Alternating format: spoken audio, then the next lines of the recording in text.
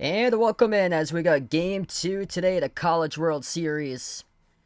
LSU up 1-0 in the College World Series championship round, best of 3 against the Florida Gators. Yesterday, an absolutely wild game at LSU, winning 4-3 in extra innings in the 11th inning over Florida. And LSU, if they win today, they'll get their 7th national championship. That would be second most all-time behind USC with 12 total national championships.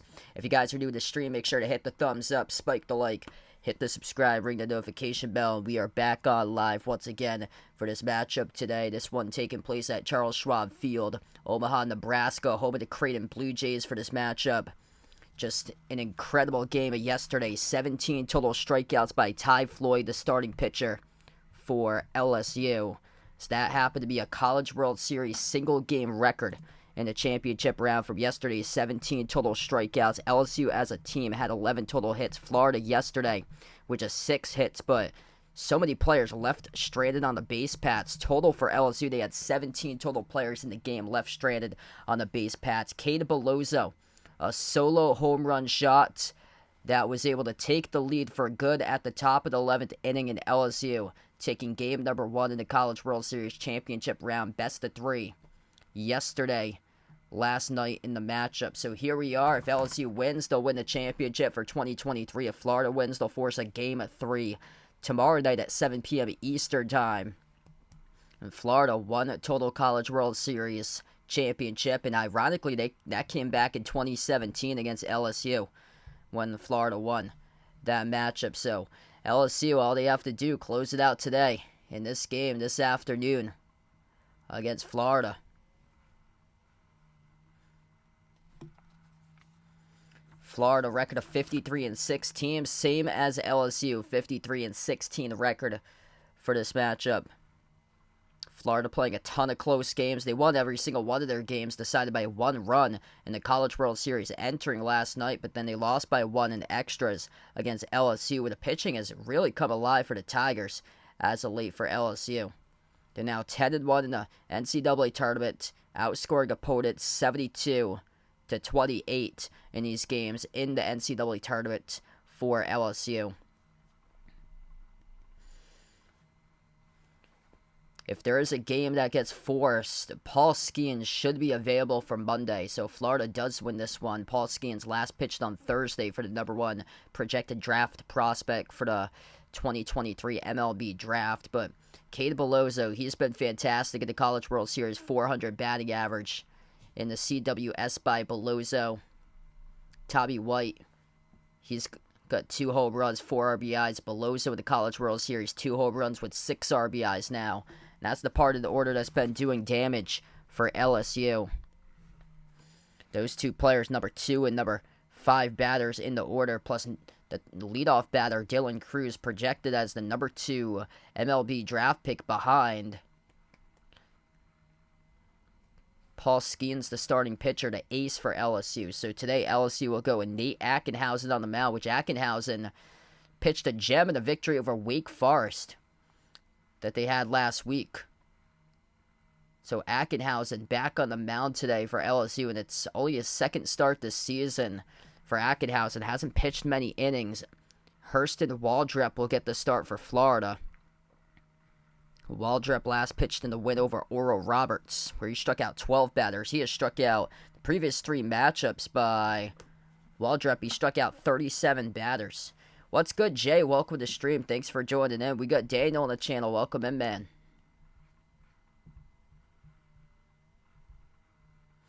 I think we got first pitch in about 3 minutes from now for this matchup. Florida looking to even it up and force Game 3 for the championship game tomorrow. And LSU looking to wrap it up today, sweeping Florida. That would be revenge from 6 years ago for LSU, as LSU lost against Florida in the 2017 College World Series championship.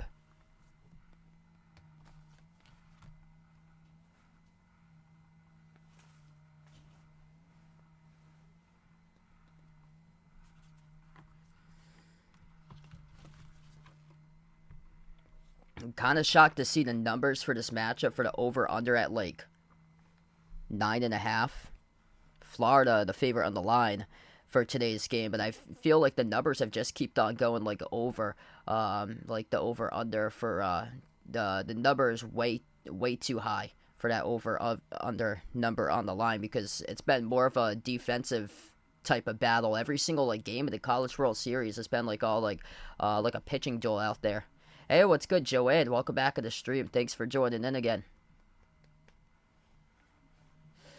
Yeah, hot one outside where I am. It's like the first humid day of the year for me up here. So we get to like, I think we get to like 85 today. It's been like cold and rainy throughout the whole month of June.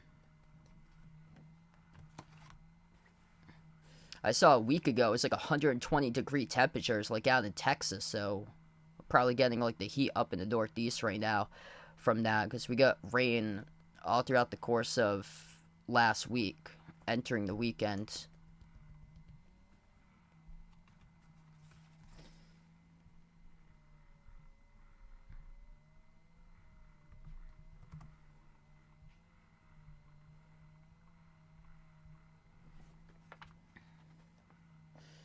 Both of the teams will flop the order from last night's game. So yesterday LSU batted first. Today it will be Florida batting first, and then LSU will play as the home team, as LSU will be out on the field first for today's game. That was a game that LSU definitely needed to win yesterday, and they did.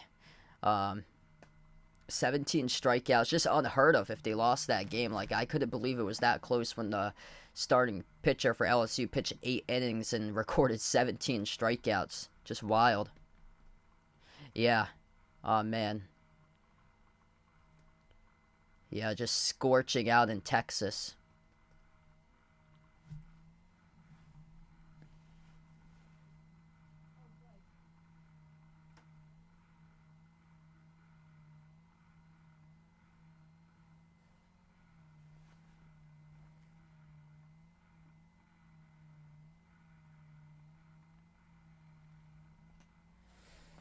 So same uniforms as last night for LSU. Yellow jerseys, white numbers, white letters with a purple outline for this game. Purple caps for the Tigers as they take the field first for this matchup. Nate Ackenhausen's the starting pitcher, number 30, for today's matchup for LSU.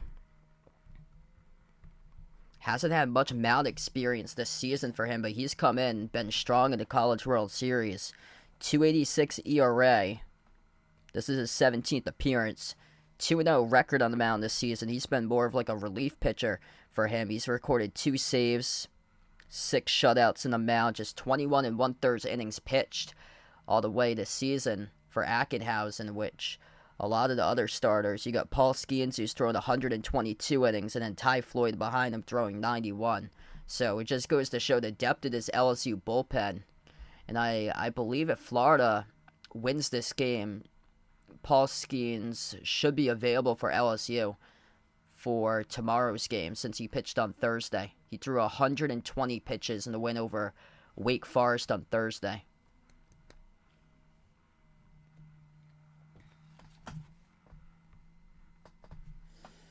So LSU looking to close it out, win the championship today. Ackenhausen, the junior pitcher from Owasso, Oklahoma, 6'2", 240, 31 strikeouts, 13 walks this season. Really good command in his off-speed pitch when he pitched last against Wake Forest in the win. They played a 3-game series in the College World Series against Wake Forest. They lost the first game, and then they came back and they won back-to-back games.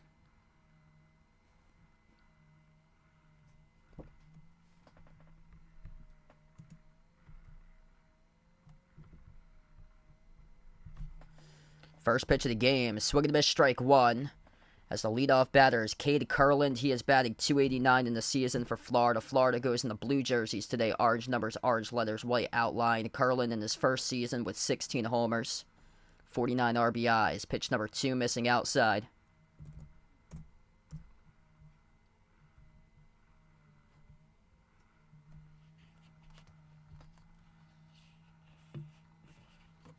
Here's the 1-1. Dials back with a fastball as it will go back foul.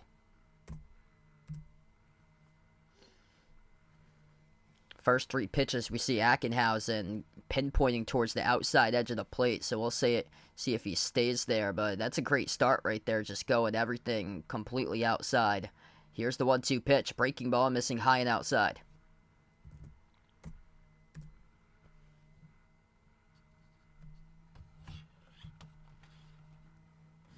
And he's a left-handed pitcher, too, for Ackenhausen, going up against the right-handed batter, Curlin. 2-2, missing up high. That's high and outside, and the count goes full.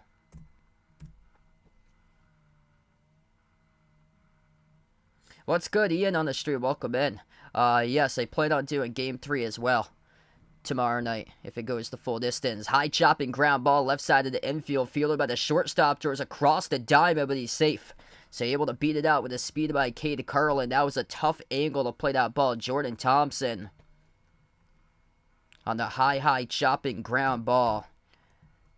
Tommy White at third base. He should have had it there. He's the one who has the angle at it, but the shortstop Thompson had more of the position, but he was ranging towards his right. So that's a tough throw to make when you're the shortstop and you're going towards your right, and the third baseman who has the angle going from right to left can't field it.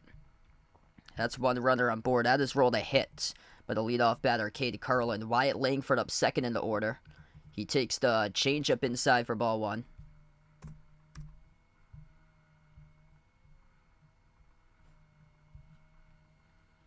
Langford with 19 homers, 49 RBIs, batting .360 this season, leading the team in batting average for Florida. Projected number 3 pick in the 2023 MLB draft. Second pitch missing upstairs, too high. The count now 2 balls, no strikes.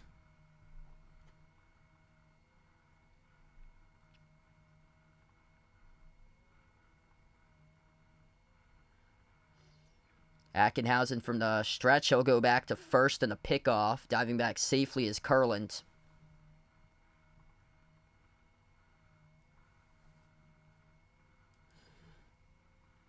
Florida wants to get a runner across early on in this game. Great way to start getting the leadoff batter on board with Curland. 8 pitches thrown so far by Ackenhausen. Here's 9. That's in the strike zone right below the letters. Fastball 93.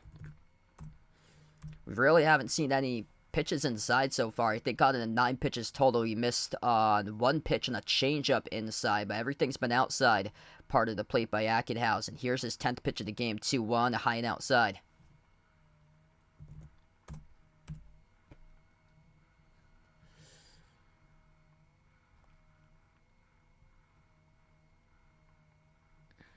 Florida the 2 seed, LSU the 5 seed. LSU actually entered the season as a preseason number 1 team, but dropped as low as number 7 in the rankings this year.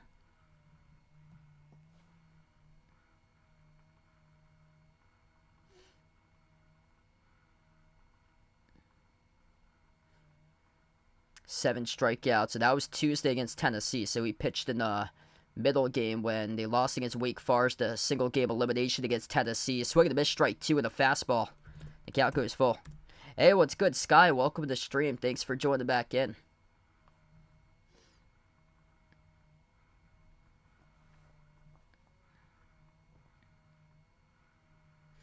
Ackenhausen from the stretch. The 3-2 pitch delivers to Langford. Taken for ball 4. Just below the knees. Tough spot there. Missing the mark by Nate Ackenhausen as he threw it inside and low. And that's 2 runners on board to start off the game for Florida.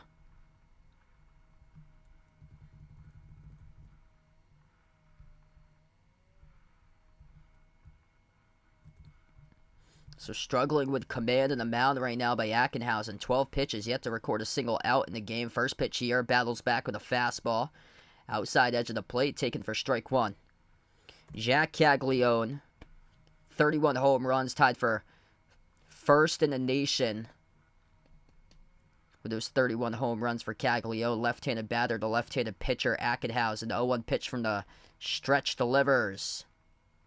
Taken for a ball just outside in the fastball as the count goes 1 ball, 1 strike.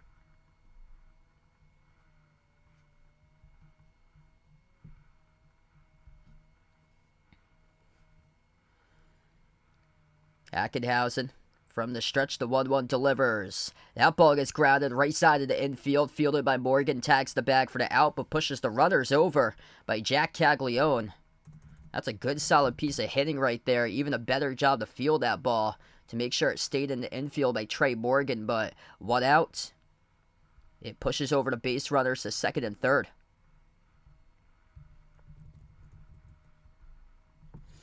Nothing wrong right there with that at bat by Jack Caglione. Great job to just push him over.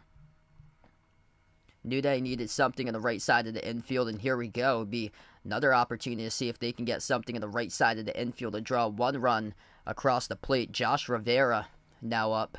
Struggled yesterday as he takes the first pitch down below the knees for ball one.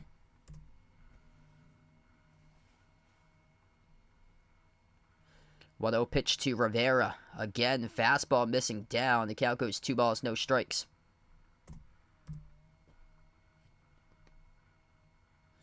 Last night, Florida went 0 for 8 with runners in scoring position.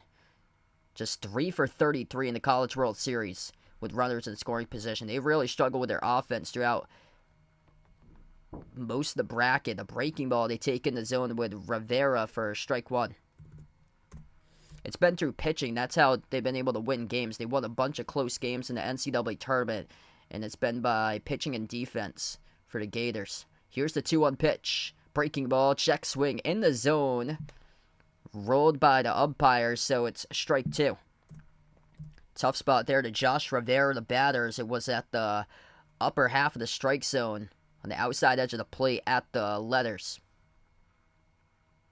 Ackenhausen from the stretch, the 2-2 delivers. Swing and a miss, strike 3. Rivera strikes out with 2 runners on board, and that's 2 outs now for LSU.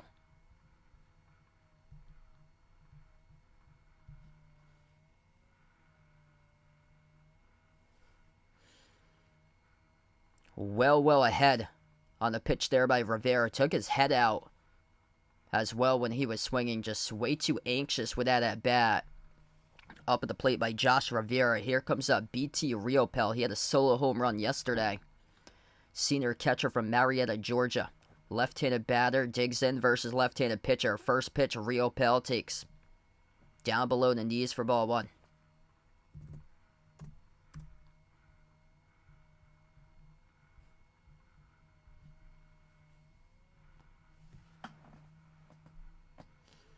From the stretch, the 1-0 pitch delivers. Missing outside on the fastball to count out 2-0.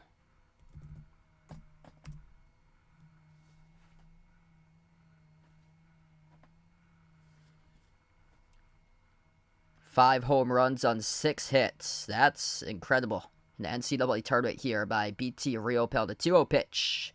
That pitch gets tagged back foul.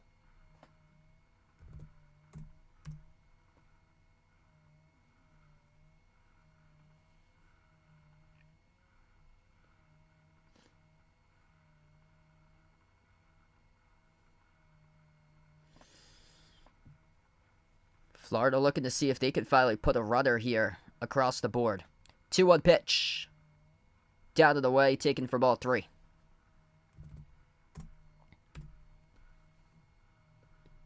Ackenhausen needs to start to get his command back. Already 24 total pitches. 11 strikes, 13 balls. Tough start when you've thrown more balls than strikes to start off this game in the first inning. Not much experience either by Ackenhausen. This is only his second start this season. Offered at the fastball up above the letters, and it gets sent back foul. So a gift right there offered by the batter. BT Riopel, as he offered for it and hit it foul. All you had to do, just look at it go by. That would have been ball 4. Yesterday, Florida's batters offering a ton on high-rising fastballs at, like, the chin level. Breaking ball in the strike zone, taken for strike number 3. Way to battle back in the mound by Nate Ackenhausen for LSU. Back-to-back strikeouts as we close out the top of the first inning.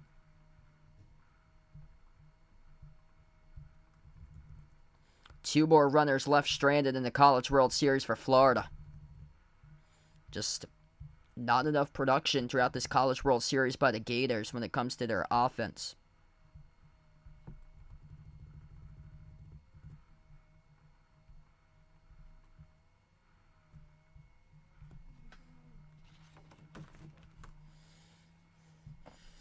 Alright, so we swap here between the middle part of the first inning. If you're new in the stream, hit the thumbs up, spike the like, hit the subscribe, and glad to have you guys join in, be a part in the stream once again today.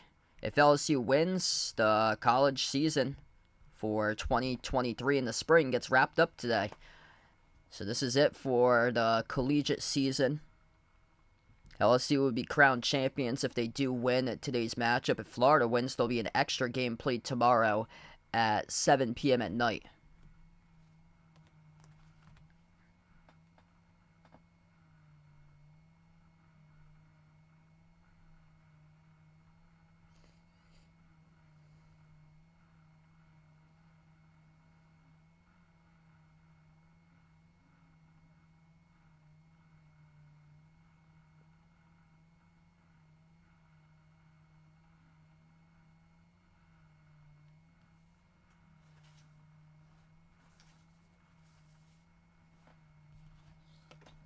So Dylan Cruz, the leadoff batter, was named Golden Spikes Award winner earlier this afternoon by Dylan Cruz. Projected number 2 in the MLB draft behind his teammate Paul Skeens, the ace pitcher for LSU. It's going to be Dylan Cruz, Tommy White, Trey Morgan, 1-2-3 order due up for LSU at the bottom part of the first. Getting the start on the mound is Hurston Waldrep, the junior pitcher from Thomasville, Georgia. Listed at 6'2", 210 pounds with a 10-3 record, 3.99 ERA, making his 19th start this season. 154 strikeouts right now, 51 walks. That's a sensational number right there. 154 strikeouts by this part of the season by Hurston Waldrep.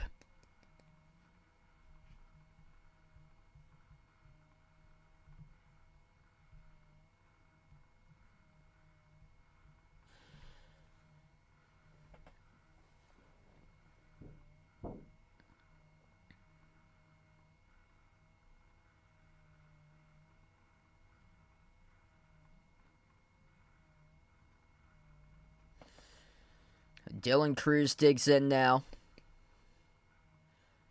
Junior center fielder from Logwood, Florida. First pitch to Cruz. Waldrep missing down for ball 1.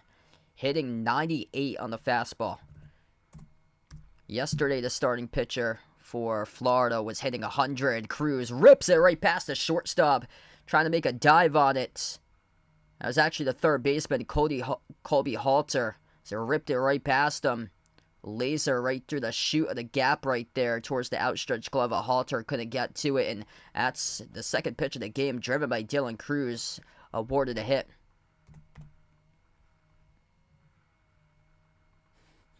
KK, welcome in. Thanks for joining in. Yep, always the good luck charm there.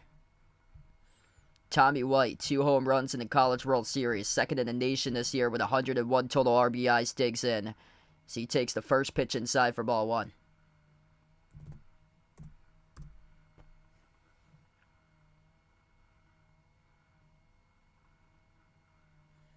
One-0 pitch. Breaking ball, goes after it towards the dirt. Swings over the top for strike 1.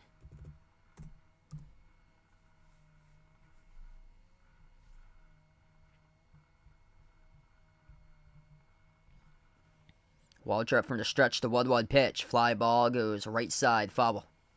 That's 99 miles per hour in the fastball by Hurston Waldrep for Florida.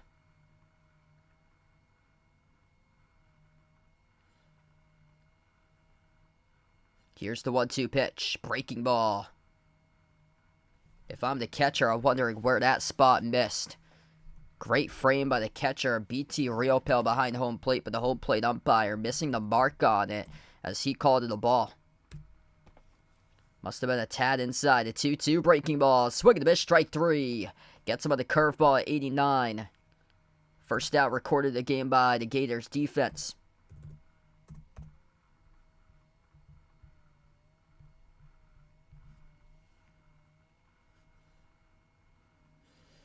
Trey Morgan now comes up to the plate. This will be the first left-handed batter of the game for LSU for Hurston Waldrep, the pitcher for Florida, to face. .314 batting average by Morgan, playing first base today, as he'll hold back the swing, take the first pitch down for ball 1.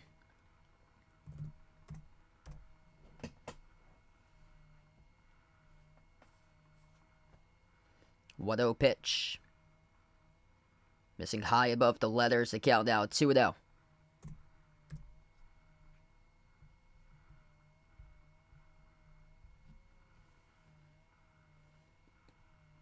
This will be the 10th pitch of the game by Waldrep. 2-0 pitch. Breaking ball. Good frame by the catcher. Real pill, but behind home plate. Squeezing the strike zone by the home plate umpire. The count now 3 balls, no strikes. Base runner first with Dylan Cruz. 3-0 pitch to Morgan. Taken for strike number 1. And Morgan looking to go down to first base there. The strike zone's been all over the place so far this game. That pitch in the fastball looked like it was like below the knees. That looked unhittable. Below the knees and inside, but rolled a strike. 3-1 pitch. High chopping ground ball, middle infield. Thrown to first. And the putout recorded by Rivera for the Gators. That will advance the base runner over to second with Dylan Cruz as Trey Morgan gets retired.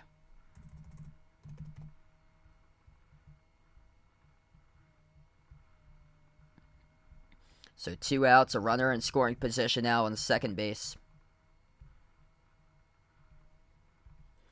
This brings up Gavin Dugas. A solo home run yesterday for number 8 for the Tigers. First pitch. He leaves down low for ball 1.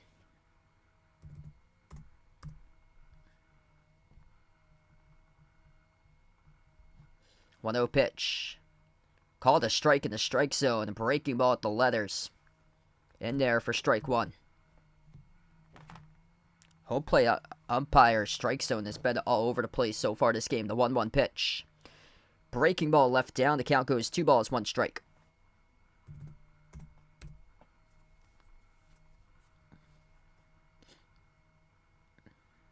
From the stretch.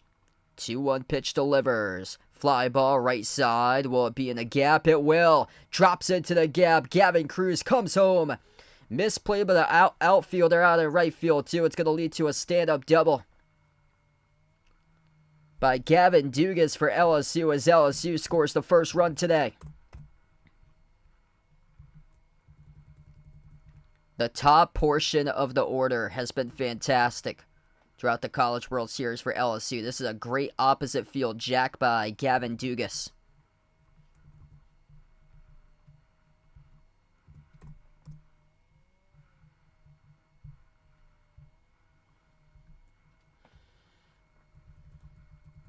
Cade Bellozo.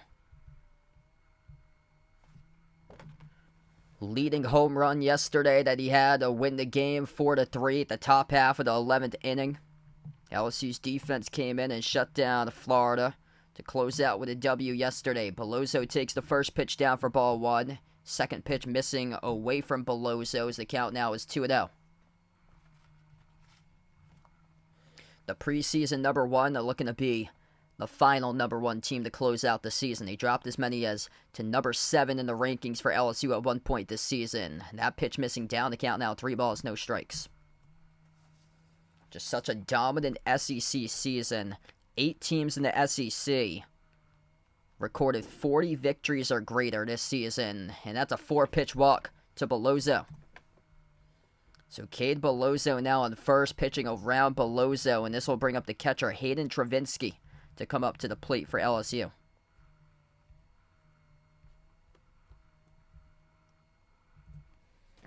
The random fact about both of these teams is that these two teams failed to advance to the SEC Tournament Championship game. LSU lost in the SEC Tournament 4th round against the number 10 seed Texas A&M, and then Florida lost in the number 4 seed Vanderbilt, which happened to be this year's SEC Tournament champion. Those conference tournament championships is basically if you get hot at the right time. 1 week, if you get incredibly hot, you can take over and get an automatic bid into the NCAA tournament just like that for a team that's not even on the radar. And they had 8 teams that recorded 40 victories or greater in the SEC this year for overall wins. All eight of those teams finished 19 games or greater above 500. That's how insane this year for the SEC was. Just out of the world great for the SEC as a conference as a whole this year for baseball. The 10 seed Texas A&M advanced all the way to the conference tournament championship game, and they finished with a record of 30 They finished with a record of 38 and 27, so they went to the conference tournament championship, and they didn't even reach the 40-win threshold mark. This pitch, check swing in the zone for strike one. So the count now 1-1 to Travinsky, the batter. Waldrep, the 1-1 pitch. Breaking ball in there, middle part of the plate, strike two. There was only one team in the conference out of 14 total SEC teams. Just one team total that had a losing record, and that was Ole Miss. They were 4 games below 500. Pitch goes off the catcher, stopped by a real pal. Runners stay put at first and second. The count now 2-2. Ole Miss finished with a record of 25 and 29 this season. Everybody else was above 500 for their overall record in the SEC. Looking to get out of this jam. This will be the 25th pitch of the game by Hurston Waldrep for Florida as he misses the mark. Breaking ball too tall above the letters.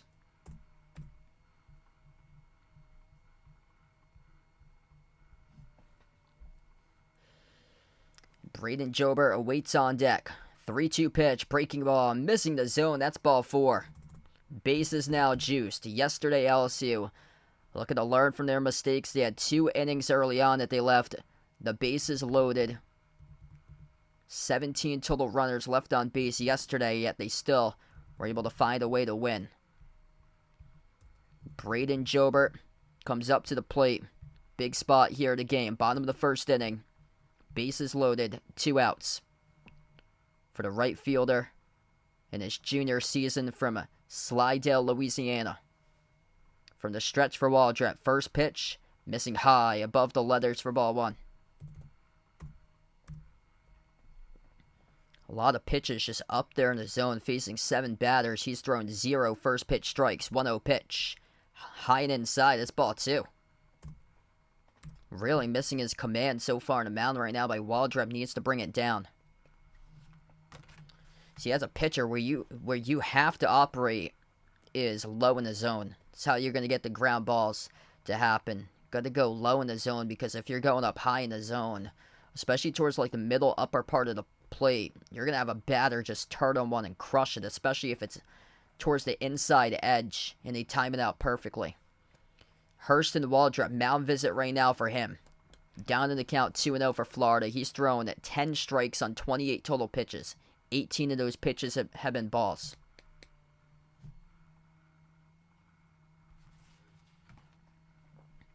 Waldrep looking to get out of this jam. Just like yesterday, LSU had a couple innings early on that they left the runners stranded on the base paths. Waldrep from the stretch, 2-0 pitch. Ground ball right side of the infield. Played with the second baseman. Throw the first, records the out. Cade Kurland with a big defensive play there for Florida. Leaves the base runner stranded for LSU. LSU with 1 run across the board, though, to start off the game with a double and an RBI. It was Gavin Dugas, double and RBI, scoring Dylan Cruz. The first run scored today.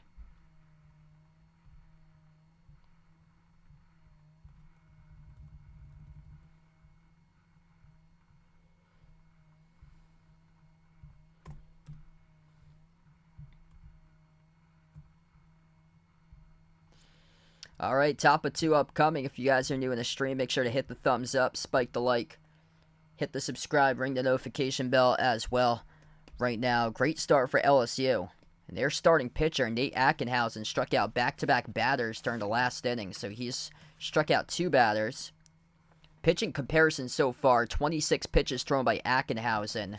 And for Florida, Hurston Waldrep closed out the inning with the final pitch and the ground ball, which resulted in pitch 29.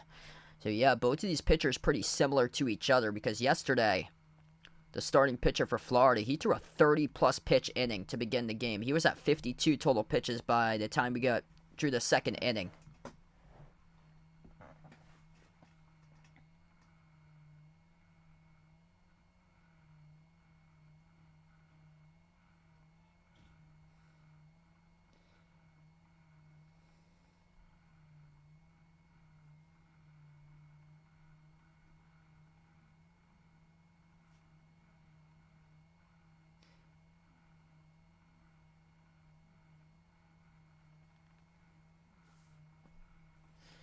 So here we are, top half of the inning as Florida will get their at-bats. It will be the number 6, 7, and 8 batters do it for the Gators. Luke Heyman, Tyler Shelnut, Ty Evans.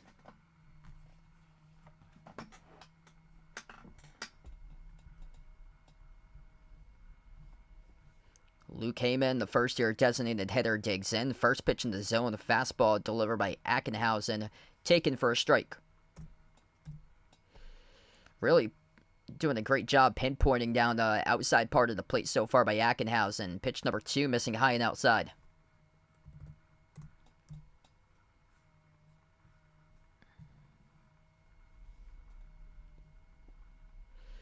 And he goes from the stretch, the 1-1 pitch. Swung on, fly ball, goes back foul.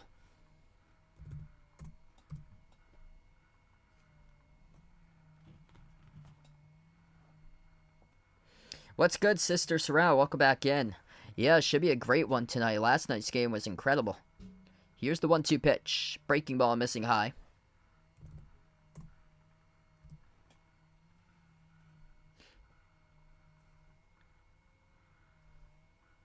.30 pitches thrown so far by Ackenhausen. 2-2. Swing and a miss, strike 3.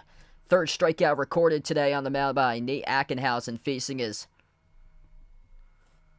6th batter of the game for him. Gets Florida to offer at the high heat. They just know what Florida's batters are going to go after, and throughout the course of this College World Series, the batters for Florida keep on offering on fastballs above the letters. All you have to do is just be patient, leave those up, and you'll eventually, or if not, draw a walk. And instead, they keep on going after the high fastball, and they keep on striking out because of it. Quick 0-2 now. Tyler Shelnut, the batter, up in the count for Ackenhausen on the mound. Looking for his 4th strikeout of the game now by Ackenhausen. Yesterday they had 17 by the starter Ty Floyd. He does. Breaking ball. Hard at the plate. Swing and a miss. Strike 3. 3 pitches, 3 strikes. 4th strikeout of the game by the starter for LSU, Nate Ackenhausen. And he is mowing batters down in the order left and right.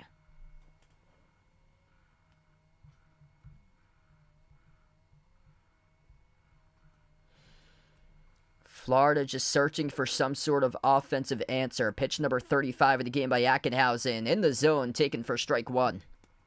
Dialed in with a changeup there at 85. Showing great command out of the changeup and the breaking ball and the fastball today in this game. This pitch gets crushed. It is going deep. It is going back. Is it over or no? It will determine if it stays fair. This ball goes out of here. Holy smokes, what a shot there for the Gators to tie it up 1-1. Ty Evans drilled it over the left field foul pole.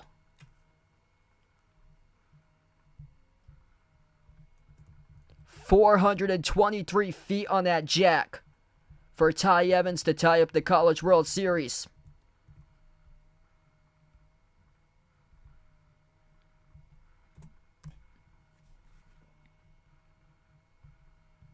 Pitch in the inside portion of the plate.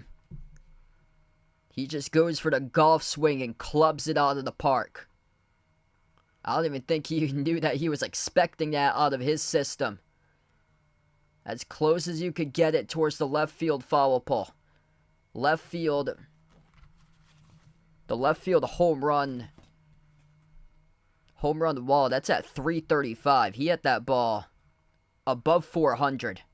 That ball get clubbed to the upper deck.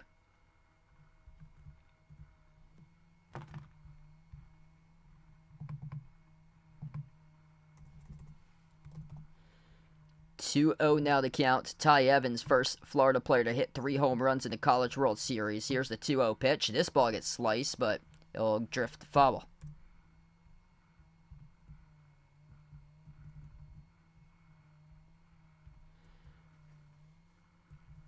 Colby Halter up 9th in the order. He is the batter right now for the junior.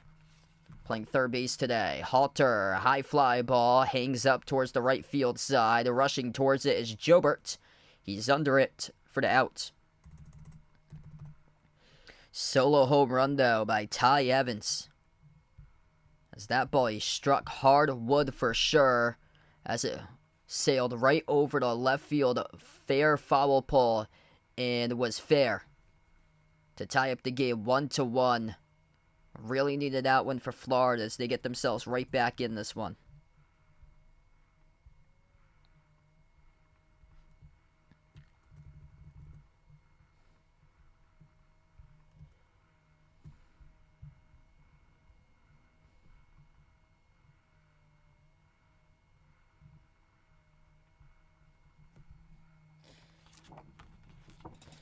So LSU coming up, bottom of the second inning, 8-9-1 batters. Jordan Thompson, Josh Pearson, Dylan Cruz all due up.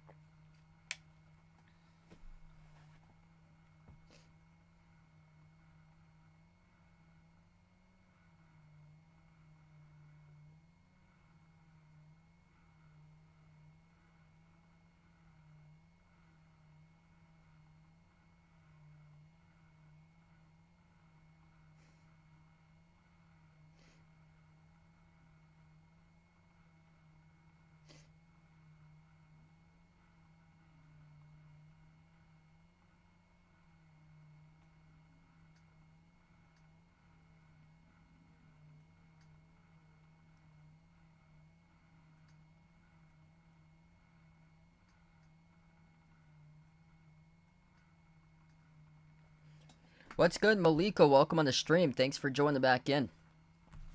Here we go, bottom of the second inning. A great game so far. Florida just tied it up 1-1 a couple moments ago with Ty Evans with a solo home run. LSU with their at-bats leading off the inning. Jordan Thompson, number 8 batter in the orders. He will take the first pitch for ball 1. Fastball delivered at 97 miles per hour by Hurston Waldrep. Here's the 1-0 pitch. This ball gets driven right down the left field line, a little bit too foul. Looked like it was going to drop fair for a moment based on that camera angle.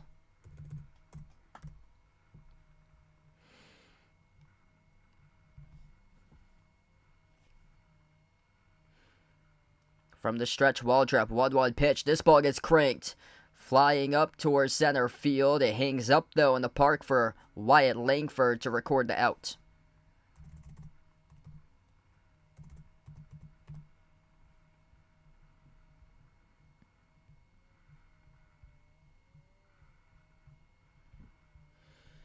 So up to the number 9 batter in the order, Josh Pearson. Up on deck after him will be Dylan Cruz, who scored the first run of the game for LSU. Pearson playing left field today for the sophomore from West Monroe at Louisiana. Takes the first pitch high, fastball for ball 1. Some tremendous velocity here on the mound by Waldrep for Florida on the fastball, hitting 97 the last pitch, fastball there. As that will be taken above the letters for ball 2.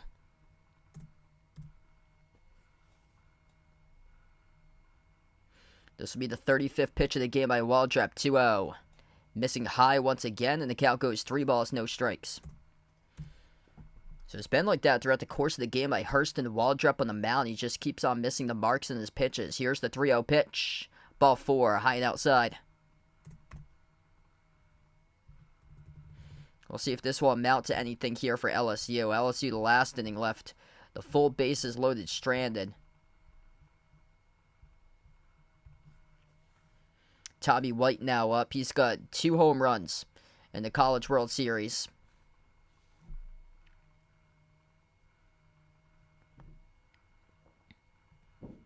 Four RBIs by White. First pitch to White. White, off of his bat, slices it into left center field, and now will drop down for a base hit.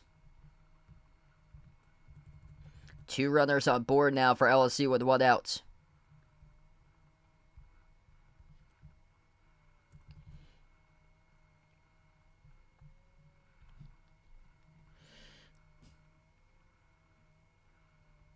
That's Gavin Cruz who's on board. Gavin Cruz is on board. Here's Tommy White who's up. So Tommy White's the one who has 4 RBIs, 2 home runs in the College World Series. He has struck out, but Dylan Cruz, perfect 2 for 2. Started off with a leadoff single as well. Ground ball, shot towards the left side, foul.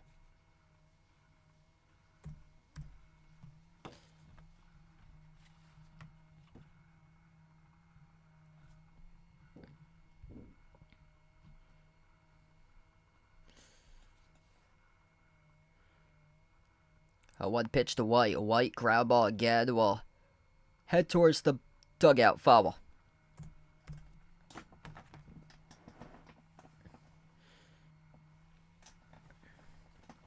Gonna see if this can amount to anything here. Pitch number 40 of the game. That misses way too high. Fastball above the helmet by Waldrep.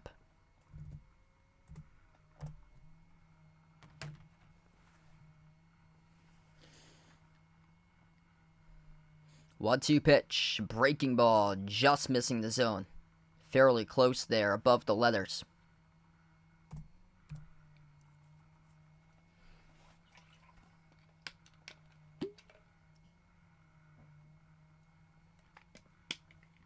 Here we go, upcoming the 2-2 pitch, breaking ball. This ball gets driven left side to the crowd. Foul. Just has to time that swing. Right now he's ahead of the pitch by Tommy White.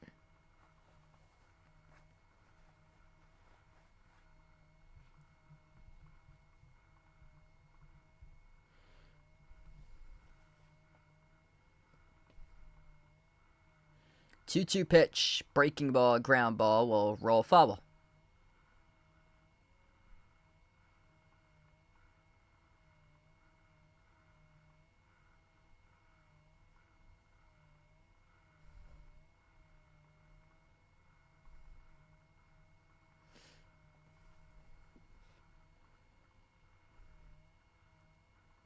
Here's the 2-2. Breaking ball off the bat by White. Slices it into right field as that will drop down for a hit. Rounding third. Heading home. The throw to the plate. Not in time. That's a run scored by LSU.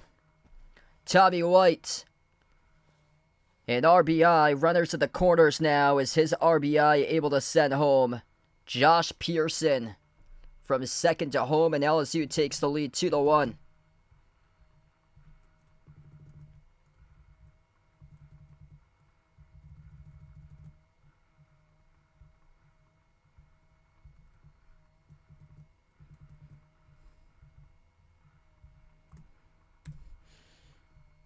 Great game to start off here. The second game of the College World Series best-of-3 round. Florida just looking to minimize the damage done by LSU. Trey Morgan, first pitch, takes it way inside and high as that's a ball. That's now 45 pitches thrown by Hurston Waldrep.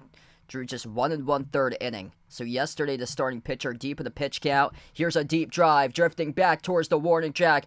It is caught, though. This should be a sacrifice fly. Tagging up from third, heading home as the score will now be 3-1. Deep drive off the bat by Trey Morgan. That sends home Dylan Cruz from third to home, and LSU takes the 2-run advantage. Way too deep right now in the pitch count. 46 pitches through just 1 2/3 innings thrown.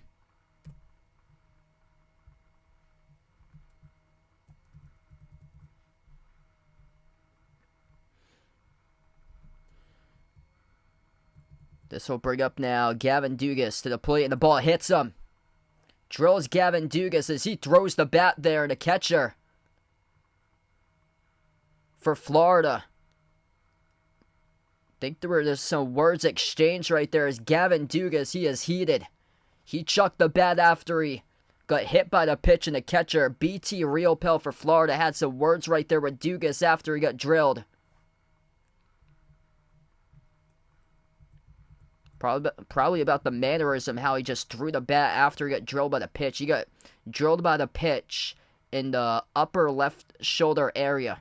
Now 2 runners on board for LSU in a troublesome spot in the game right now as here comes up Cade Bellozo, the hero from yesterday. Go-ahead game-winning solo home run at the top of the 11th inning, and here comes Bellozo up to the plate. This could get ugly real fast if he sends another one out of the park. First pitch fastball missing down for ball 1.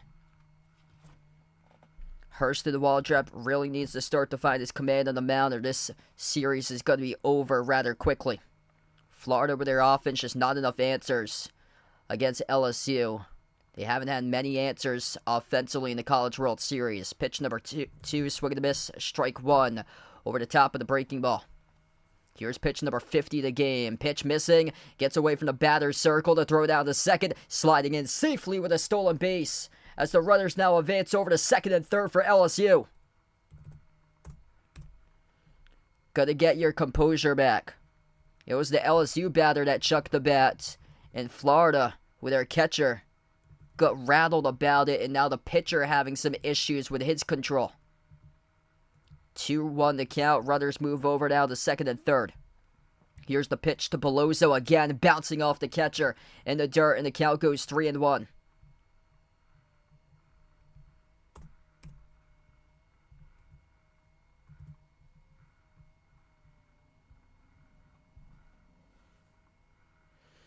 "21 strikes to 30 balls, make it 31 balls. Hurston Waldrep on the mound has thrown 10 more balls than strikes. 52 pitches thrown, and hasn't even thrown 2 full innings today so far as Belloso gets walked. That's a 5-pitch walk.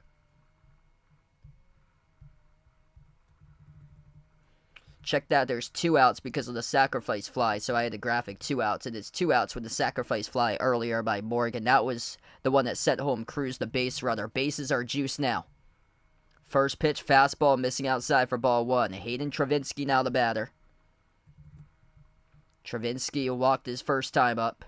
Looking to walk again. Some serious control issues by Waldrep. Swing and miss, strike 1 in the breaking ball. LSU earlier on in the game left the bases juiced in the first inning. Looking to make sure they don't do that here in the second inning. That pitch, wow, that got taken for a strike according to the umpire. Count now is 1-2. That looked low. Here's the 1-2 pitch by Waldrep. Missing high above the letters. The count now 2-2.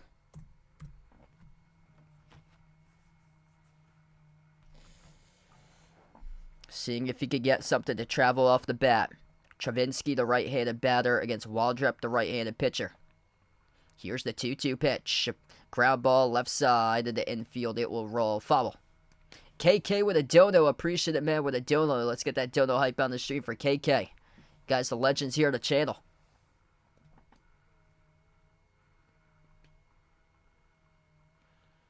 LSU looking for more.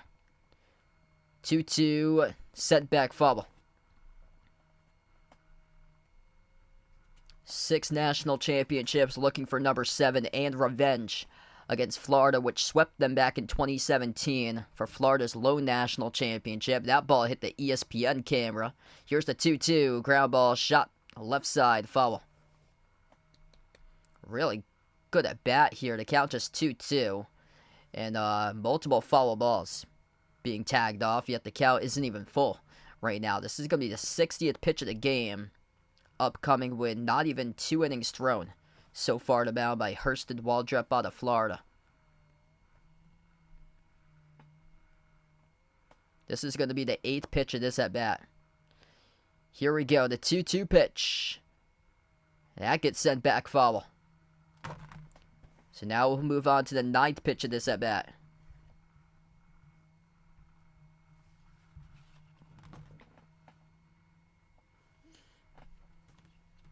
"60 pitches thrown by Waldrep. Here's the 9th pitch of this at-bat, the 2-2 pitch. That gets a laser on the ground. Kuppa, the third baseman, though, tags the bag for the outs. Colby Halter saves the inning once again. That's a nicely ripped ball off of one bounce. Halter fielded it to tag the bag. And 3 runners once again left stranded, so LSU, first 2 innings for the offense, leaving 6 total runners left on base.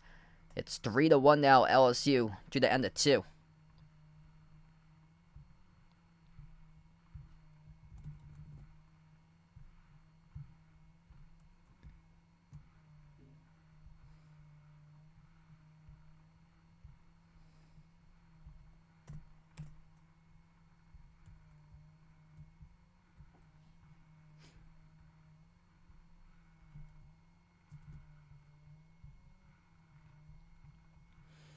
Alright, so we swap between innings. If you guys are new in the stream, make sure to hit the thumbs up, spike the like, hit the subscribe, ring the notification bell as well. If LSU does win this game, this will be my last stream of the month of June. I plan on coming back on around July 5th or so for the Summer League, so that's when my next planned stream will be around. It will be right after the 4th of July. I'll be away later this week with my family as we're going away for the 4th of July upcoming next weekend for the weekend, so I'll be off with my family quite a bit throughout the course of this week into next week. But yeah, glad to have you guys join in, be a part of these streams. Just phenomenal games throughout the College World Series that we have had. If Florida is able to force an extra game tomorrow, if Florida is able to win this game, they force an extra game tomorrow, then I'd hope to be back to cover it tomorrow night, 7 p.m. Eastern.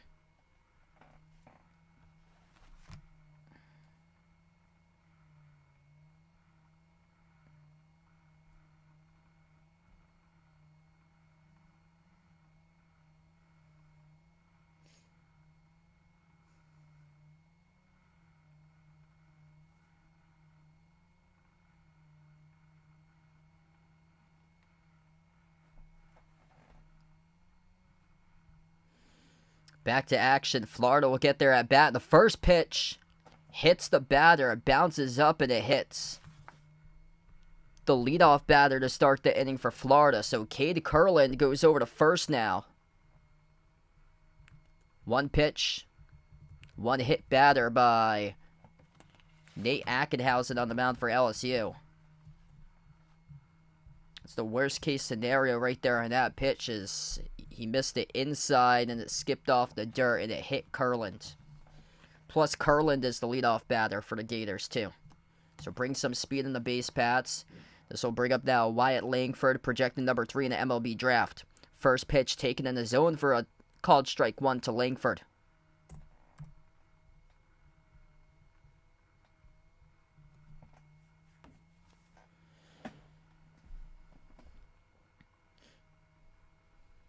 From the stretch, no one pitch delivers. That gets sliced left field side, and that ball will drop in by Langford for a base hit. Staying put at second to base runner Kurland. And now 2 runners in the base paths for the Gators.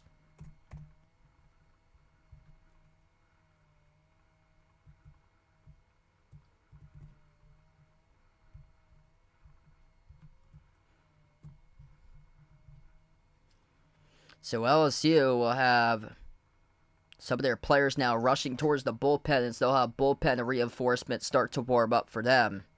2 quick runners in the base paths here for Florida. This brings up Jack Caglione, 0 for 1 today. It looks like LSU will slow down the game, and they'll have a mound visit talk things over with 2 runners on board, no outs.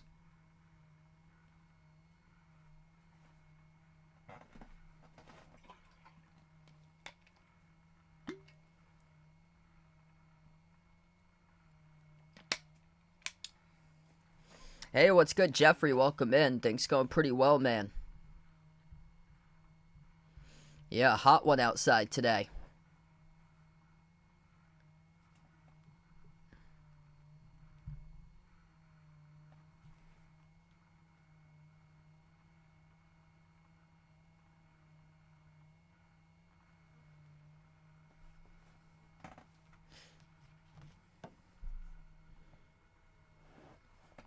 Nate Ackenhausen, 44 pitches thrown. Jack Caglione, the number 3 batter, to order now up.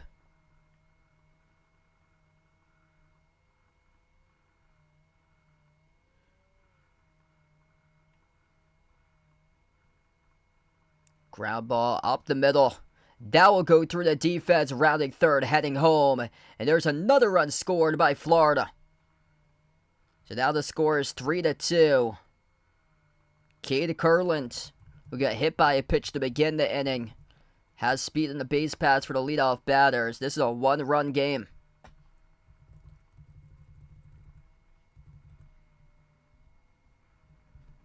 That's a nicely hit ground ball. First pitch he sees in. Jack Caglione drills it right up the middle. Josh Rivera now up to bat for Florida. Rivera, high fly ball, goes off of his back, drifts back to the screen, a foul.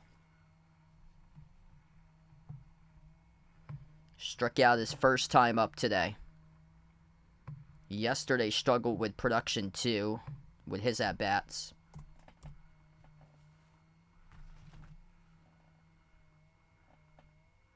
Here's the 0-1 pitch to Rivera. Swing and a miss, strike two. Got him on a changeup outside edge of the plate at the knees, ahead of it for strike two.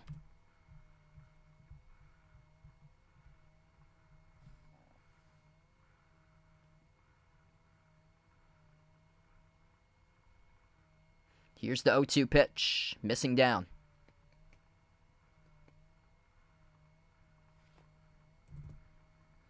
Charliza, welcome in. Thanks for joining in again. This game's getting rather interesting. Looked like LSU was going to run away with it the last inning. They were up 3-1, but Florida just scored a run, and there's no outs this inning. Ground ball off the bat by Rivera. Shoots it into the gap between the shortstop and the third baseman. Rounding third, heading home. The throw to the plate, not in time. We are tied 3-3. Josh Rivera finally gets something going on, and once again, the runners on first and second as he scores. Wyatt Langford over from second base.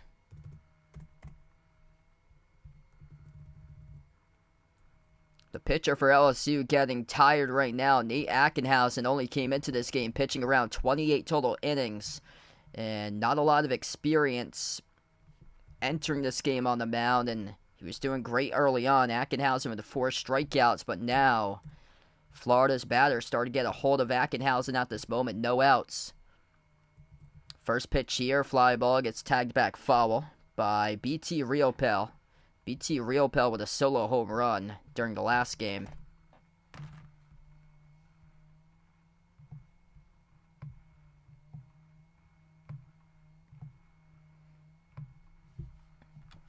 Here's the 0-1 pitch. Breaking ball, soaring up above the letters, taken for ball 1.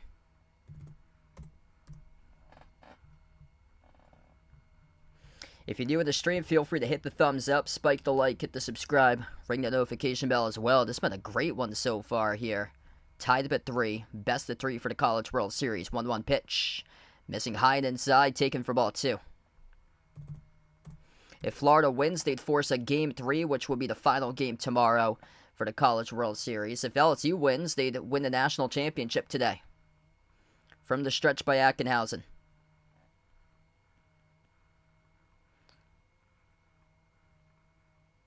The 2-1 pitch delivers. Check swing. Did he hold back? No, he did not. It's rolled a strike by the hold plate umpire. Mario, welcome in, man. Thanks for joining in. Happy lunchtime there.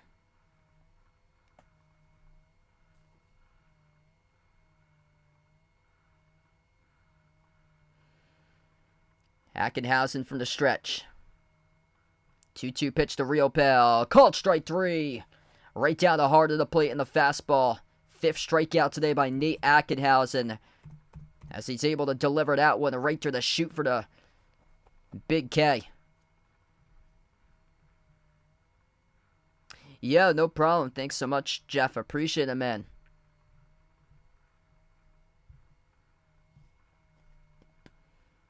Always good to see the Jamestown Baseball Commissioner rolling by on these streams.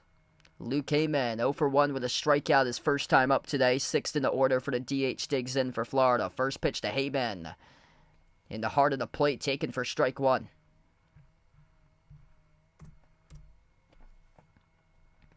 55th pitch just thrown by Nate Ackenhausen on the mound for LSU. Ackenhausen from the stretch, the 0-1 pitch. Missing high above the letters, the count goes 1-1.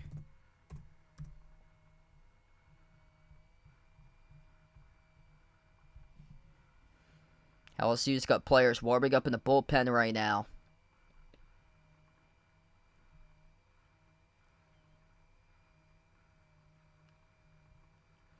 Here's the 1-1 pitch. Ground ball left side of the infield. Looking to turn 2. Bobbled. And it's rolled in error. Jordan Thompson couldn't field it cleanly. Tried to go into the throwing motion before he even fielded the ball. Thinking too soon right there by Thompson, ahead of what the play has to be. And you have to corral the ball properly. Hot tamale tried to switch it from the glove hand to the throwing hand, and he bobbled it and lost it. So that is an E6 charge to Thompson. Bases loaded now. That would have closed out the inning, able to turn 2 as he was looking second base, turning towards second base, thinking second base before he even had the ball. That's why baseball is just so mental. You know the scenario ahead of time in your head, what you have to do if the ball gets hit to you, but you got to make the right play beforehand, and it starts off by fielding it cleanly, transferring it cleanly, which he didn't have. He fielded it, and then before he was thinking transfer, he was thinking of the base he had to go to turn 2. And you have to transfer it cleanly. Just a routine ground ball that you go through it every single day in practice, and now you do it in front of 20,000 plus fans, and plus millions of watching on national TV, and just couldn't get it cleanly in a transfer. That one stings right there. And LSU will make a pitching change now, too. So 56 pitches total on the mound by Nate Ackenhausen today as he struck out 5 batters. He'll be substituted out. And this will bring up Gavin Guydry on the mound now for LSU to be the first relief pitcher into the game today.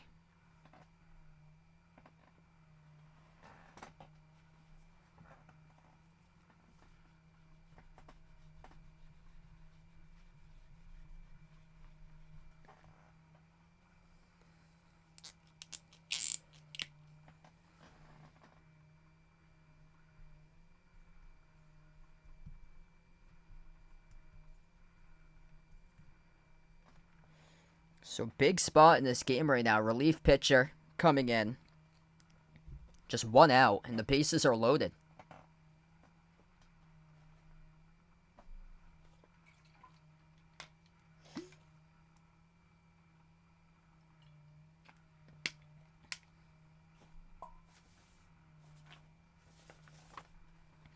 Gavin Guydry in his first season too, so he's from Lake Charles, Louisiana. Absolute breeding ground for baseball players. I watch a good amount of the Little League World Series games, and constantly it's like Lake Charles, Louisiana constantly is repping Louisiana in the states if they do make it to represent the region for the Little League World Series.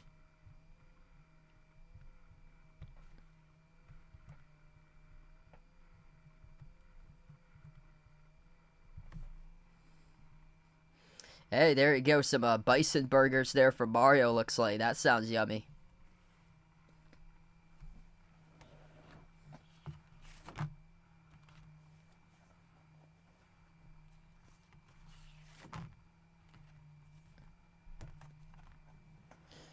Nate Ackenhausen lasted just 2 1/3 innings, 57 pitches. 5 strikeouts, 1 walk, 3 earned runs, 5 hits allowed. If LSU does end up losing this game, going to turn back to the early part of this game and look back to when they allowed 6 runners left stranded in the first 2 innings by their offense. Bases loaded, left stranded in the top of 1 and the top of 2. Gavin Guydry, 38 strikeouts, 11 walks this season, as he will substitute on the mound right now in relief for the first relief pitcher of the game for LSU. Big spot in the game for a first-year player on the mound coming in from Lake Charles, Louisiana. Yeah, I saw the graphic up a couple minutes ago when it popped up on the screen saying, showing the Red Sox were losing.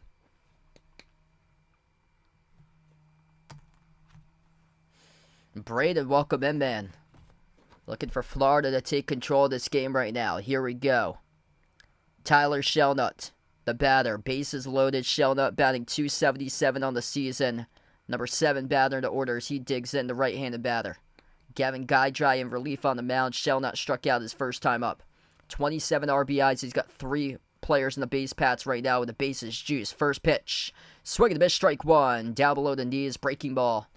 Outside edge of the plate, down to the way. Offers by Shelnut out of the zone for strike 1.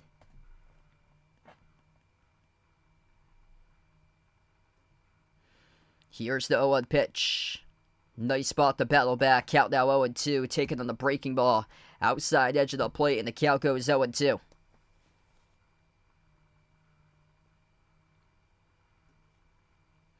From the stretch, the 0-2 pitch. Swing and a miss, strike three. 3 pitches, 3 strikes by the freshman. Gavin Guy drying the mound, and now there's 2 outs in the inning for LSU. That's a big strikeout coming in on the mound, responding right back. The depth of the pitching by the Tigers has been phenomenal throughout the College World Series. Way ahead of that pitch. Way ahead was Tyler Shelnuts. So he got fooled completely in the 82-mile-per-hour breaking ball. This brings up now Ty Evans. Breaking ball. Gets crushed. Evans going back. Drifting back. Left field wall. Towards the foul pole once again. It is over. That's a grand slam by Florida, and they lead 7-3. Ty Evans, back-to-back home runs, his 8th home run of the season, as he goes to the left field foul pole on both of the times, and both of them sneak through fair.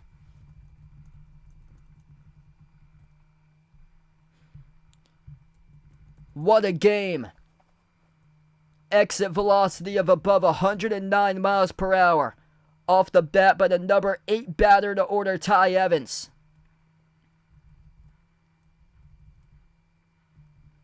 7-3 now to score.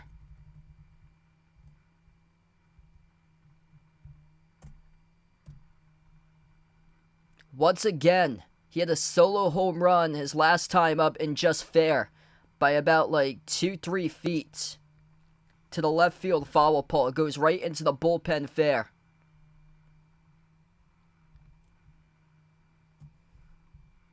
The over-under was at 9.5, and Florida's already shattered out with 7 runs on the board. First pitch, missing outside for ball 1.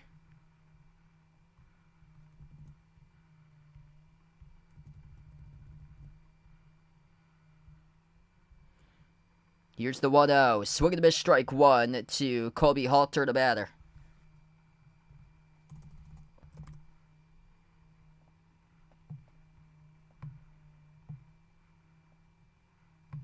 One pitch, breaking ball, driven right side, fielded by the first baseman, tags the bag for the out, recorded by Trey Morgan.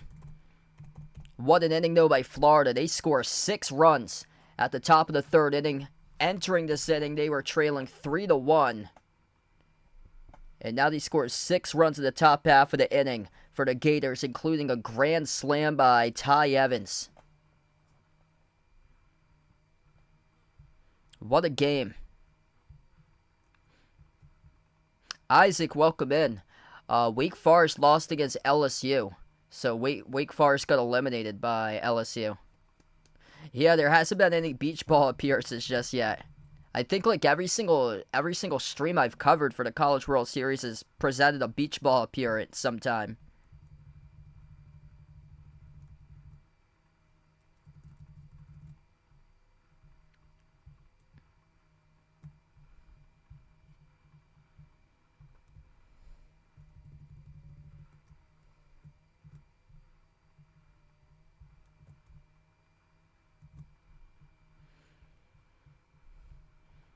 Alright, so right now we swap between the top and the bottom half of the inning. If you guys are new in the stream, hit the thumbs up, spike the like, hit the subscribe right now. And Florida comes out of nowhere for a 6-run 3rd inning for the Gators right now.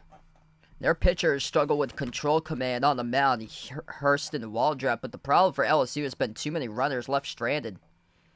They left 17 runners stranded yesterday, and tonight they've left bases loaded both of the innings, so through 2 innings for them offensively, they've left 6 runners on base.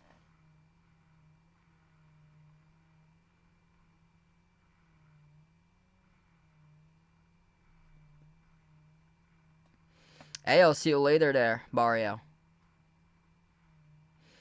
If Florida wins this one, I plan on being back tomorrow. If LSU comes back and wins this game, then I'm going to take some time off. So it'll be probably after the 4th of July when my next stream will be if LSU wins this game. But if Florida wins, I'll be back tomorrow for the championship. So yes, I hope to be back tomorrow covering the championship game if Florida wins tonight. First pitch missing high, second pitch missing down.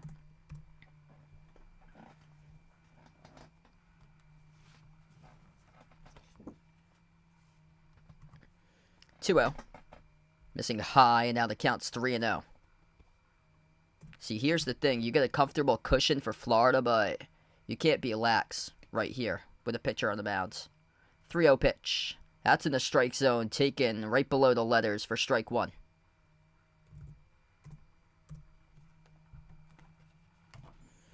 Braden Jobert, the batter. 3-1 pitch, missing high and outside, ball 4. So good start here to this inning for LSU. 1 runner on board now. 66 pitches thrown by Hurston Waldrep.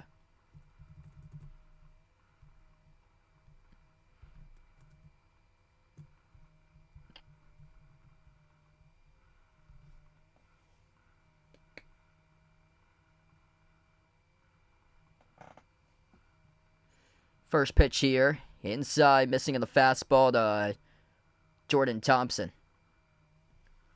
This is a 7, 8, and 9 batters due up this inning. Thompson up 8th in the order. 1-0. Squares the bunt, pulls it back into strike zone though. Fastball 96 for strike 1.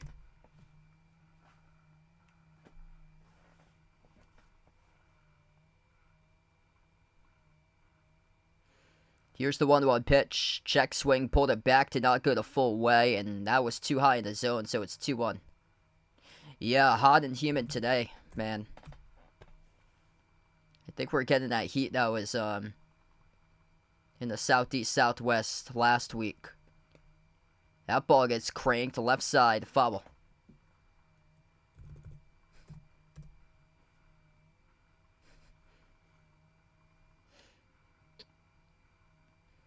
"70 pitches thrown so far by Hurston Waldrep at the mound. Breaking ball, swing and a miss, strike 3.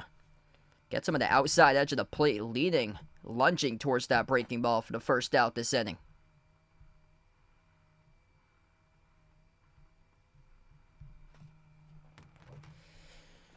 Those are at-bats that LSU hasn't really had throughout the course of this College World Series. A good chunk of Florida batters have struggled on the high-rising fastballs above the letters. That's where the majority of strikeouts have happened from LSU pitchers. First pitch, down the middle. Taken for strike 1, delivered to Josh Pearson, now the batter. Pearson up 9th in the order for LSU. He scored a run his first time up with a walk. A 1 pitch. Missing outside of the zone with the count going 1-1. Hey, I'll see you next time there, Mario. Best of luck at work, man. 1-1 pitch. Missing down in the dirt.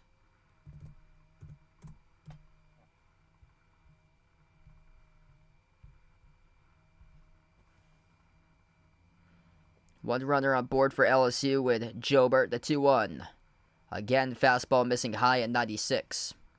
He's had some command issues today. He's throwing more balls than strikes in this game by Waldrep. It's kind of shocking that the score's not higher right now in this game. LSU with just 3 runs scored despite leaving the bases loaded both of the innings. This ball gets Jack set on a rope towards the crowd, though it's foul. That was close towards the corner. Right field side, but too much foul towards the 3rd, 4th row of the seats where it was caught. Now the count is 3-2 to Josh Pearson, the batter.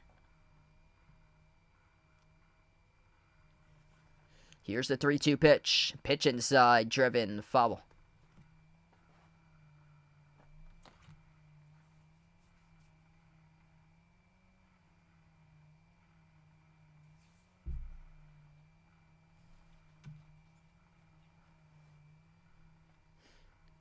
Here's the 3-2 pitch. That pitch gets driven once again, foul. Happy fan gets that one for LSU.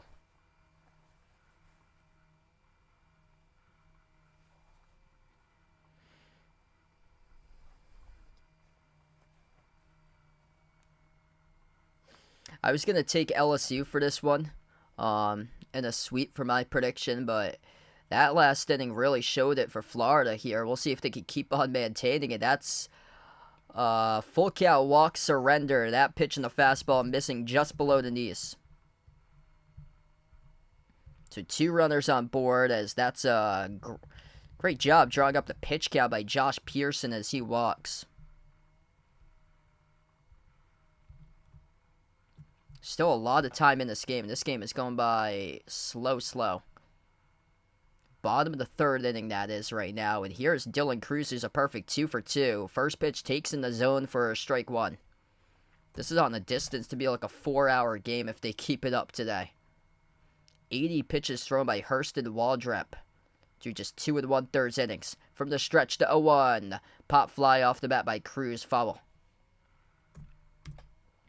Cruz looking to stay perfect. 2 for 2 today. Scoring 2 runs out of the 3 on the board for LSU. From the stretch to 0-2 pitch. Cruz, ground ball, left side. Rolls towards the dugout. Foul.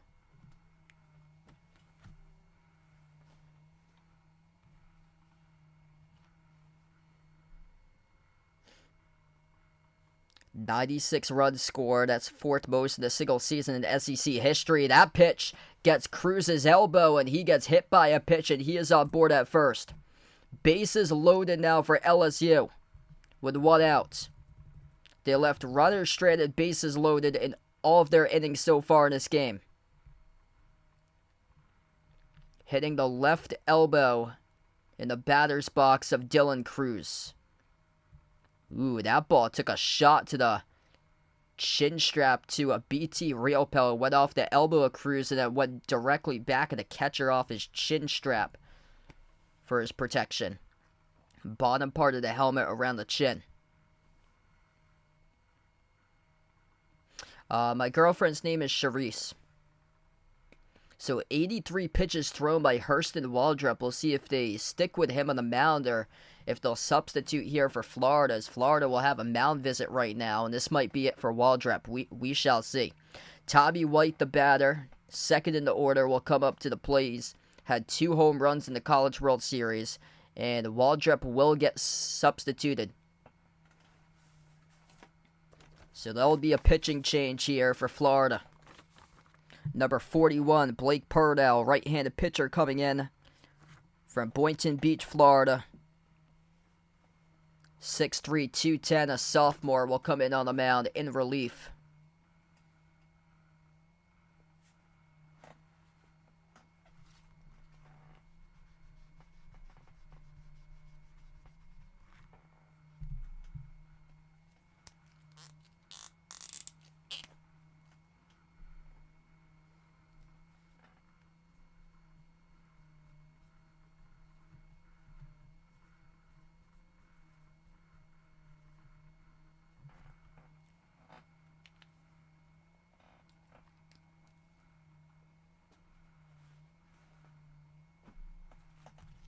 So bases are loaded now since the hit batter.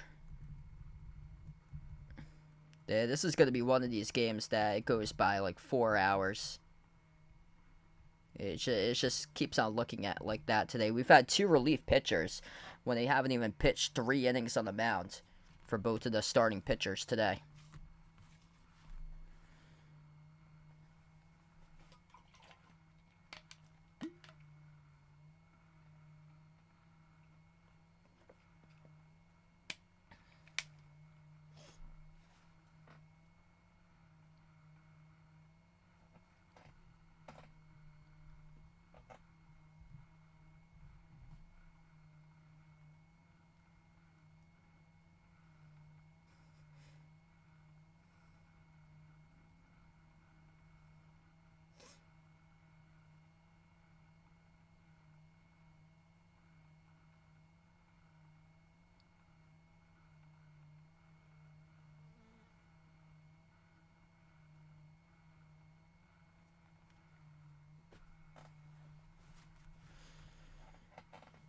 So Tommy White will be the next batter due up, bases loaded. Hurston Waldrep threw 83 pitches in just 2 1/3 innings. 2 strikeouts and 6 walks. That type of number when you've thrown more balls than strikes, usually you're the team that's losing. Lucky for Florida, they had a grand slam the last inning to go up 7-3. It was the result of the 6-run top of the third inning for Florida. So Blake Purdell has only thrown 18 1/3 innings pitched. 7.85 ERA for Purdell. Yeah, this game could be a high-scoring one. Blake Purnell Just 18 and a third innings thrown this season. Pitching in late June in the College World Series Championships. We'll see how he responds here in the mound. Bases loaded. Tricky situation to come in as a relief pitcher, especially one that doesn't have many innings tossed this season. First pitch, missing inside for ball one. Tommy White, the batter. Submarine sidearm he is going with his pitching motion by Purdell.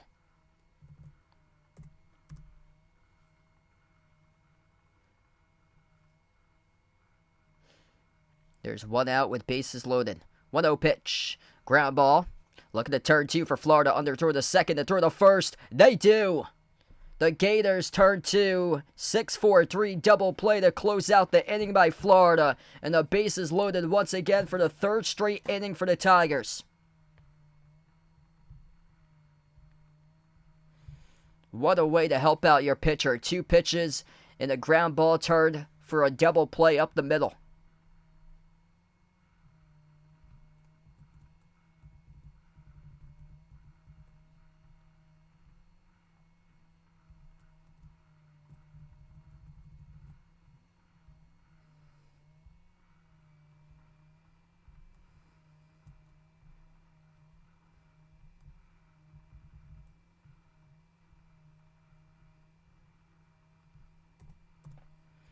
What a game here. If you're new to the stream, make sure to hit the thumbs up, spike the like, hit the subscribe. Ring the notification bell as well. What a start in this one.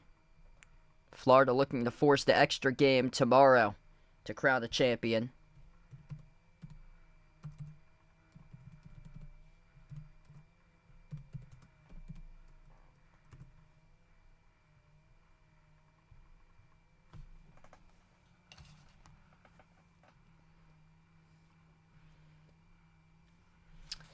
Will the Vikings have a disappointing season? I'll say no, though. I expect their record to be worse than this past year for them because they played a bunch of close games for them. And also losing Dalvin Cook. But yeah, they still got Justin Jefferson, so I wouldn't count them out. I don't think they're going to have a disappointing season, but they needed to improve a ton with their defense. They were in like a bunch of shootout games last year. Like Kirk Cousins played really well last year, except for primetime games. Primetime games or nationally TV games he was terrible at. But they had some big wins, like winning a bunch of games in shootouts because their offense was explosive, and they have Jefferson. Braden Loving, Ty Evans, what a game for him, man. First pitch, taken above the letters for ball one.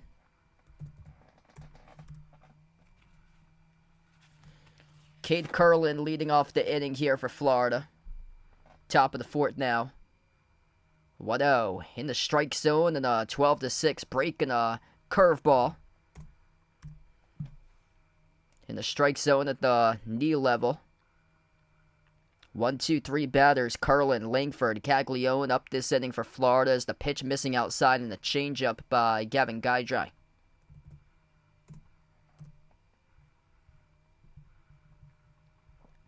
Yeah, been crazy in this game that LSU's left the bases loaded in all 3 innings. Pitch missing outside as the count goes 3-1.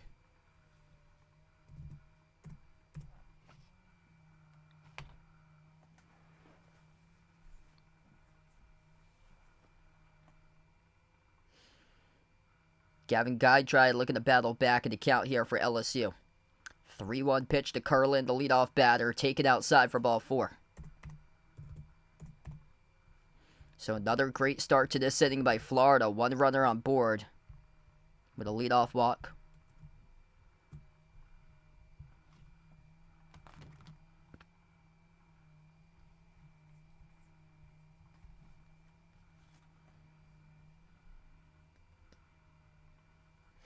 Wyatt Langford now up 1-for-1 today.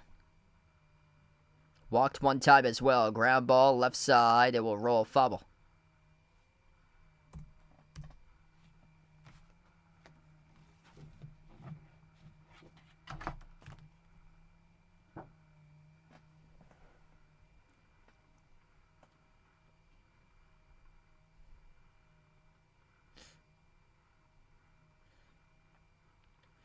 Guy Dry has one runner on board.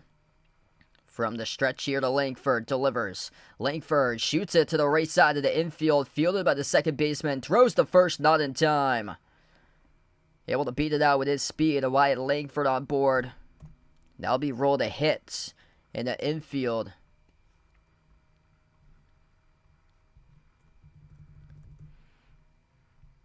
Two runners in the base paths for Florida, no outs.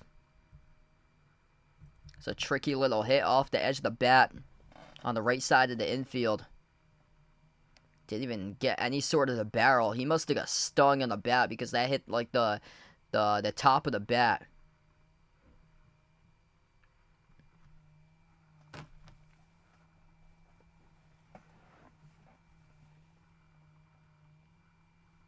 Two pitchers warming up in the bullpen now for LSU. Bryce Collins and Javin Coleman, a right-hander with Collins, a left-hander with Coleman.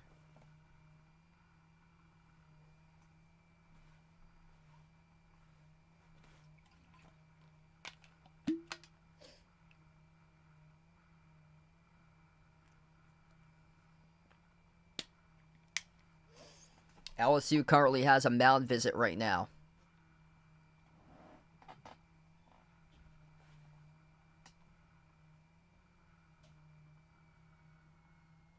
Ty Evans, by the way, today he became the first Florida player to hit 4 home runs in a single College World Series. Today with a grand slam and a solo home run. And this is coming from the number 8 batter in the order for Ty Evans.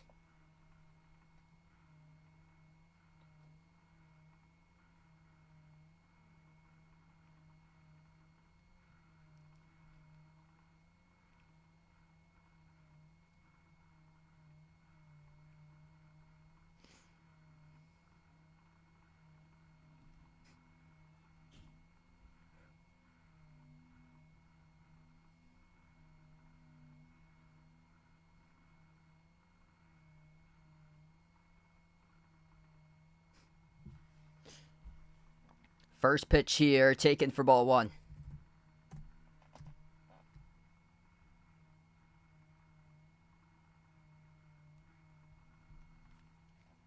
Pitch number 2, it's now 2-0 as that misses the zone.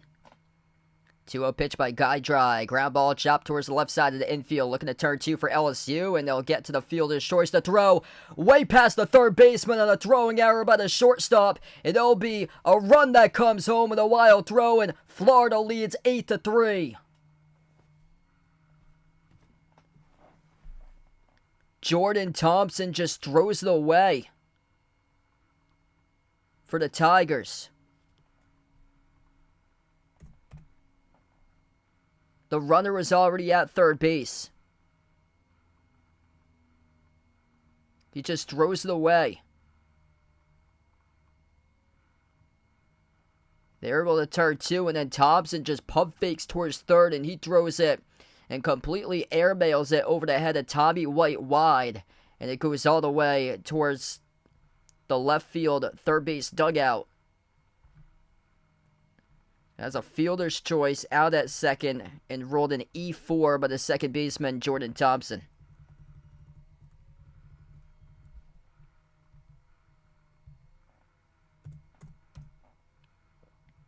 So we see mental mistakes here in the College World Series. He pump faked the first and then he threw the third, like the runner had already been safe at third. Was sliding on the base, already about to stand up at third and just hold the ball. Best he could do, a fielder's choice at 1, because the base runner for Florida sliding in, about to break it up. LSU is going to challenge this call. Call on the field, no violation due to the slide rule. Here's the thing, there was no throw to first. There was no throw to first. Like, he wasn't even attempting a throw to first. Like LSU's had some pretty terrible challenges throughout the College World Series. Like, all these challenges keep on getting turned down by LSU and resulting in the initial call. Like, you have to make an attempt to throw the ball to first. I believe in that case. Like, he just pump faked towards first, and then he turned towards third. He threw towards third.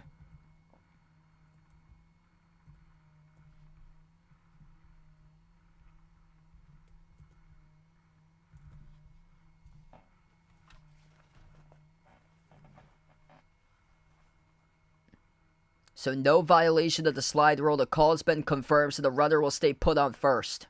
And that's charged an error to Thompson with a run scored.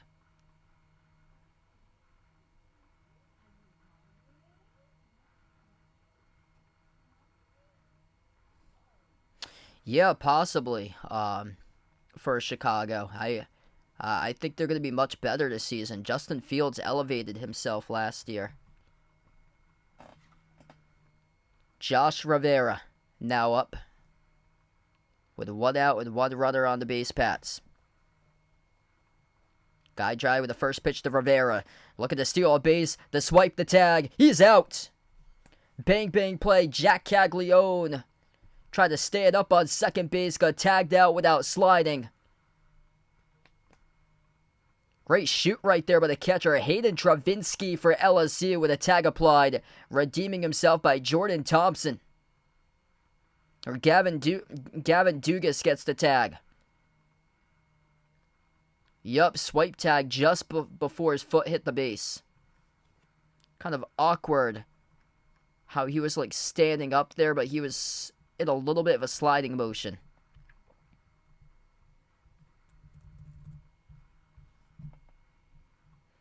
Count now 1-1. Swing and a miss, strike 2 by Rivera. 20 pitches thrown.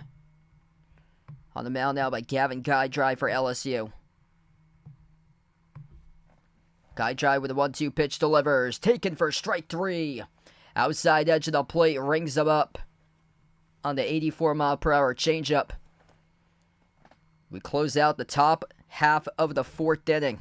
One more run able to score by Florida due to a throwing error on a ball that sailed over the third baseman's head from the second baseman on the poor throw.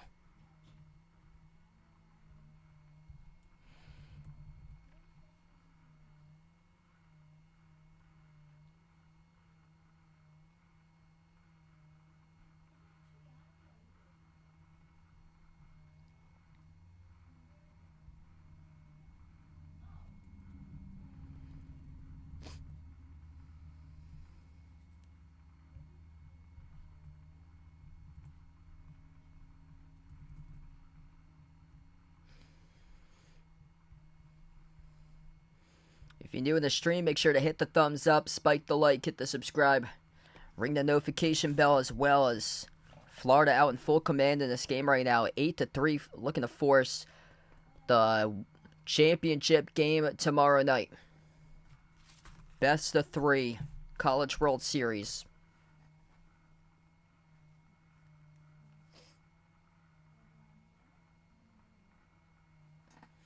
It's going to be the 3, 4, and 5 batters due up with Trey Morgan, Gavin Dugas, and Cade Bellozo for LSU.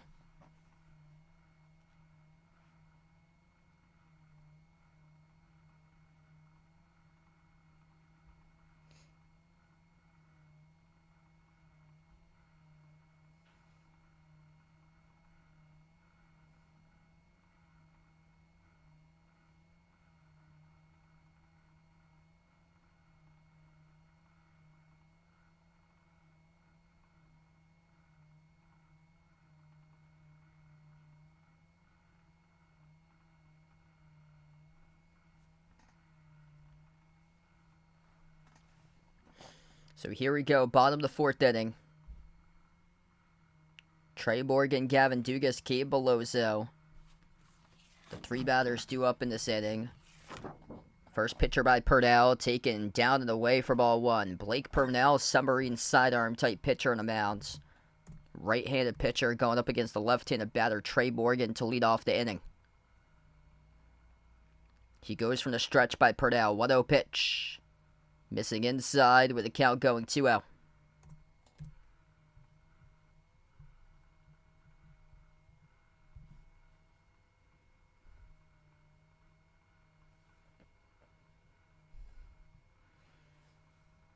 Here's the 2-0 pitch. In the strike zone, taken for strike 1.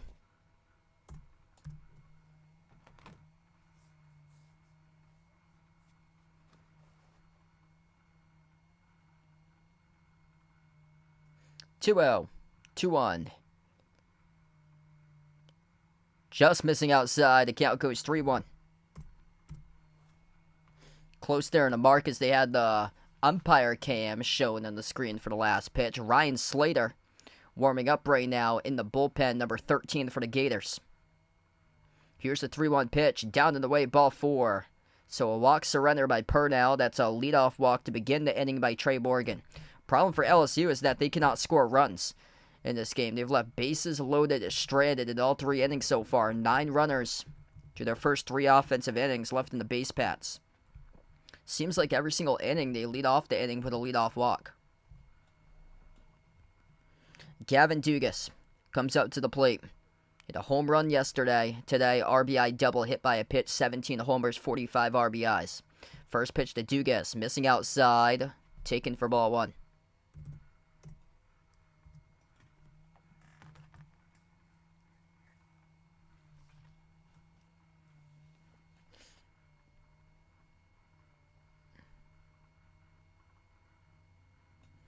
From the stretch by Purnell, 1-0 pitch.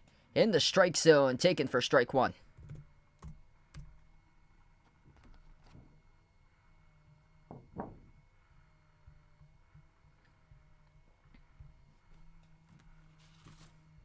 LSU looking to see if they can get something going on here. Purnell, 1-1 pitch delivers. Ground ball up the middle. Look at the turn 2 for Florida. Over to second. Over to first they will. It's a 6-4-3 double play. Rivera, Curlin, Caglione turning 2 there in the middle infield. And the Gators with 2 quick outs this inning.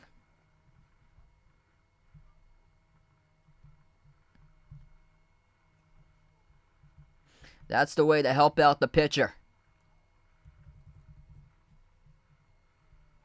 A clean middle infield that time around goes for the Gators.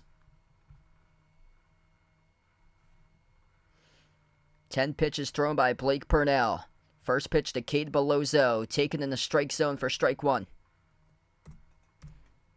Cade Bellozo, 2 walks today. They've been pitching around him throughout the course of this game. Bellozo yesterday had the game-winning home run, top of the 11th inning. Vegas, welcome in, man. Yeah, this has been a wild game. Florida had a grand slam at the top of 2. Pitch missing down with the count now 1-1. This game has been dragging today.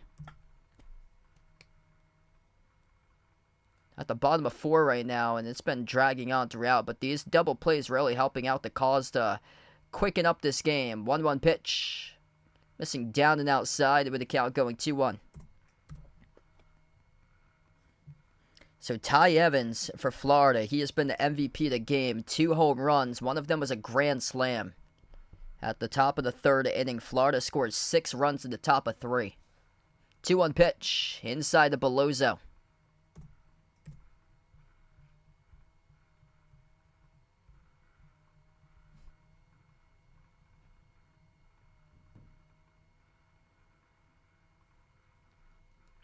Purnell looking to battle back.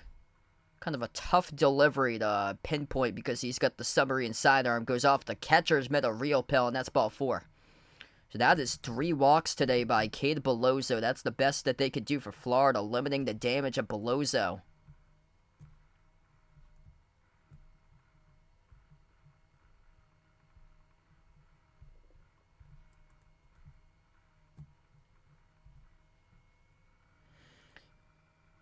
Hayden Travinski, 6th in the order, will come up to the plate now.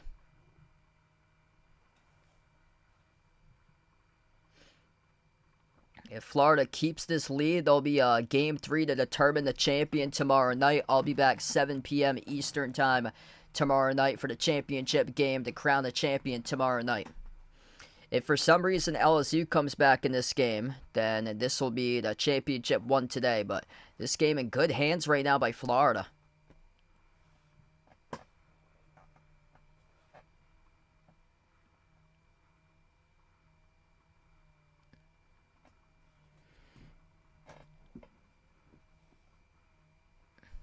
So after a brief mound visit, Gators determined to record a final out this inning. Hayden Travinski now will hit for LSU.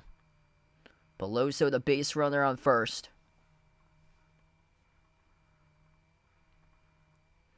Blake Purnell, number 41, the relief pitcher in the mound. First pitch by Purnell, missing down in the fastball for ball 1.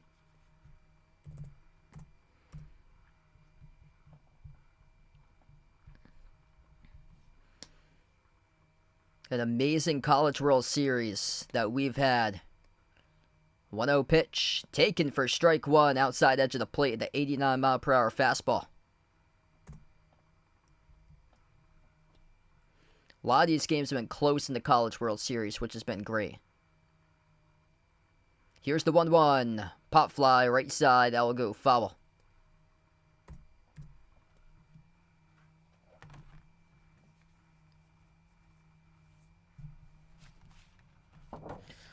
Looking to retire Travinsky right here. Blake Purnell. Looking to move this game on to the 5th inning. The 1-2. Missing inside in the fastball. 2-2.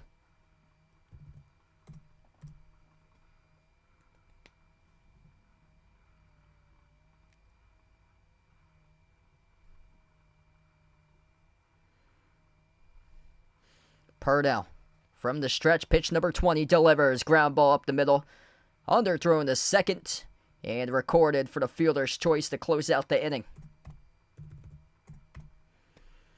Florida's defense up the middle tremendous, with all 3 outs recorded. The middle defense turning 2 at one point to start off the bottom of the 4th inning for the Gators.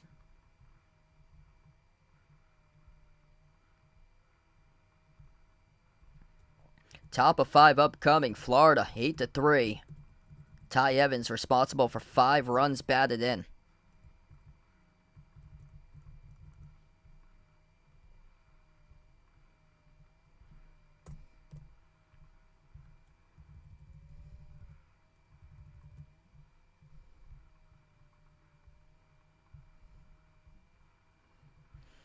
So if you guys are new in the stream, make sure to keep on smashing the thumbs up tonight. Hit the like, hit the subscribe, ring the notification bell as well. An amazing College World Series keeps on continuing, and we'll see if there's any sort of comeback here in this one for LSU. If not, they'll play again tomorrow to crown a champion in the best of 3 series, as this is game number 2, and tomorrow will be game number 3 if Florida wins this.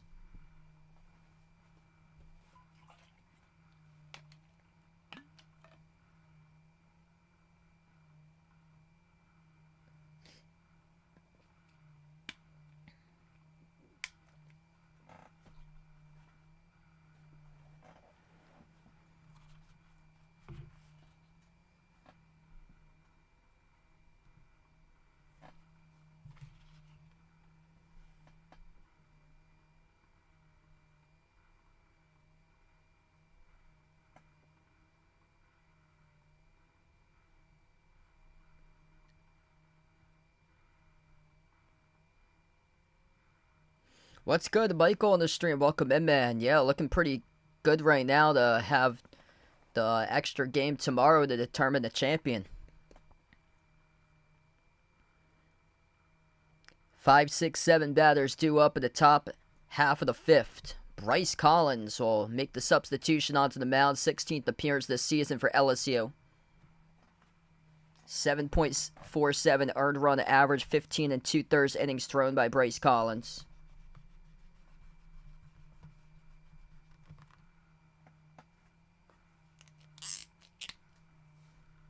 Collins becoming the 3rd relief pitcher in this game today. Nate Ackenhausen got the start. Gavin Guydry then went on the mound, and now it's Bryce Collins out there as the pitcher for LSU.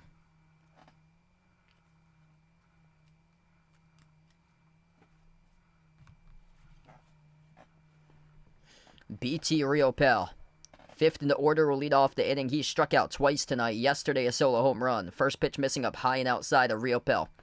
Hitting the fastball around 94 right there on the gun.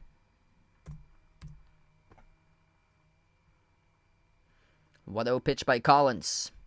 Fly ball to center field. That will drop in on a line drive. Rope to center for a base hit single. Florida racking up 8 total hits today.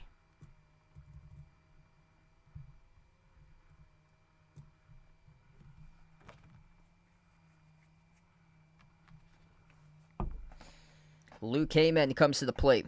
6th in the order for the Gators, 0 for 2 today.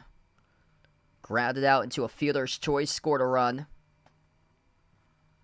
First pitch, looped in there, strike zone, outside edge of the plate in the 76-mile-per-hour curveball.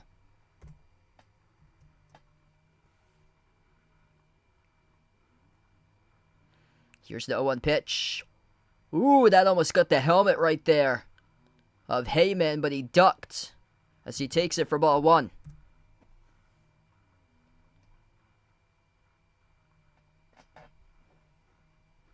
1-1 pitch.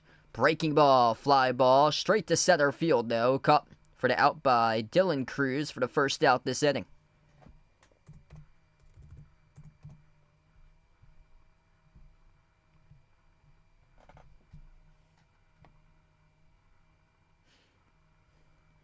This brings up Tyler Shelnut to the plate, 7th in the order for the left fielder.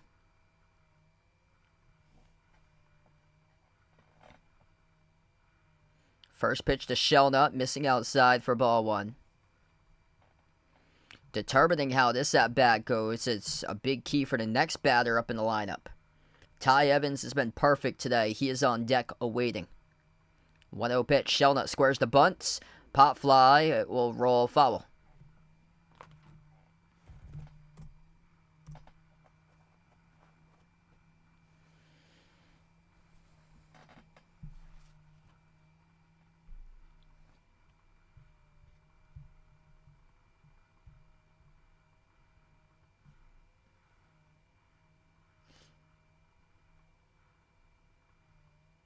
One pitch, ground ball left side again. Sent foul. 1-2 now the count.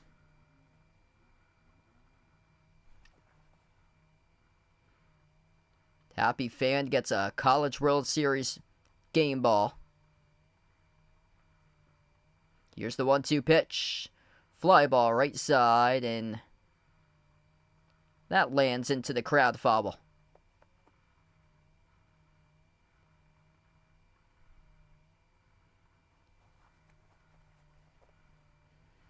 So driving up the pitch count right now. Here's the 1-2. Fly ball right field side, and that'll be caught. Good range right there by Dylan Cruz, right center field, able to corral it for out number 2.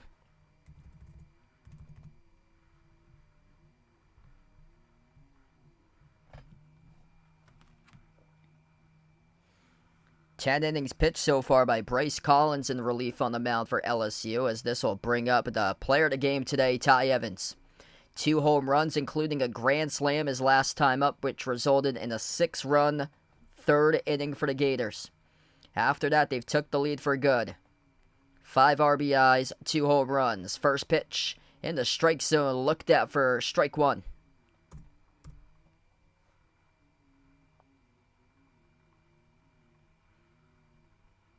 Ty Evans looking for 3 in a row. A 1 pitch, Evans goes clubbing after it. Swung and missed, though, for strike 2.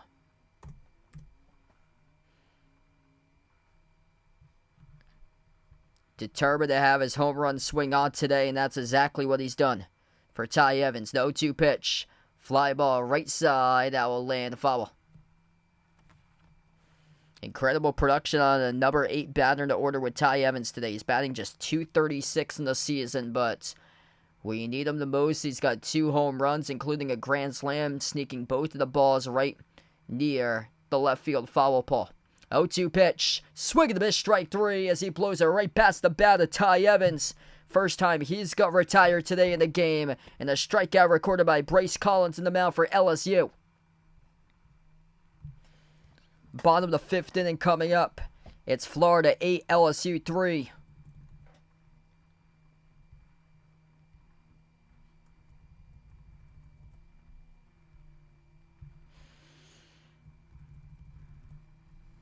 Starting to pick up the pace finally in this game, as we were dragging throughout the early stages of this game for the pace, and finally we start to pick it up.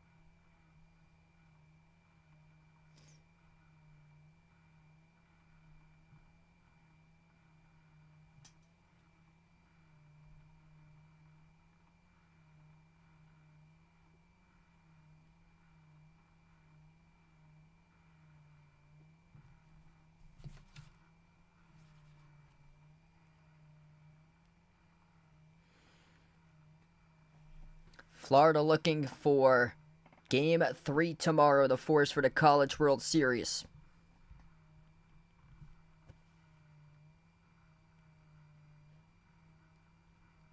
Here we go. Back to action upcoming, bottom of the 5th inning. Nick Ficarrada will be the relief pitcher, making his 21st appearance on the mound this season for the Gators. 41 strikeouts, 11 walks, with an earned run average of 5.45.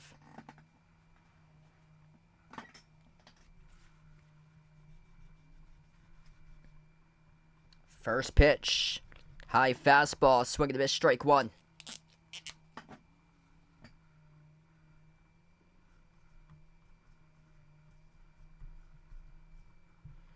A 1 pitch, missing down.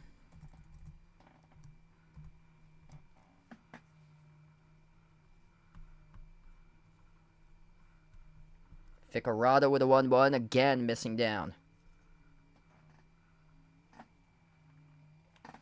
He's facing the batter, Braden Jobert. LSU 7, 8, and 9 batters, 2 up this order, 2-1. In the strike zone, taken for strike number 2.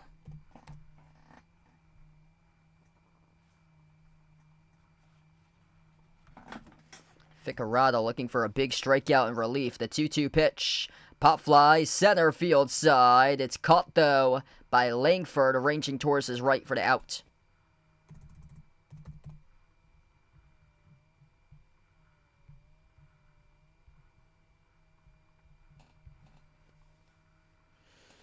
One out for the Gators, shutting down LSU in this game. LSU has 9 runners left stranded on the base paths. In the first 3 innings, they left bases juiced.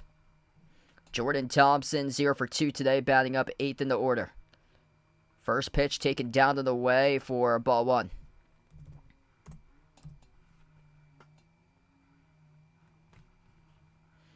Ficarrada, the pitch. Ground ball will go foul.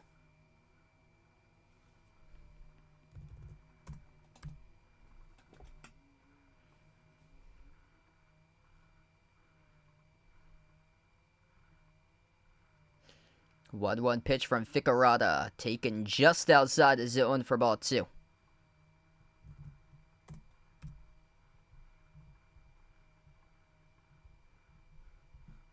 Here's the 2-1. Ground ball left side, drilled foul.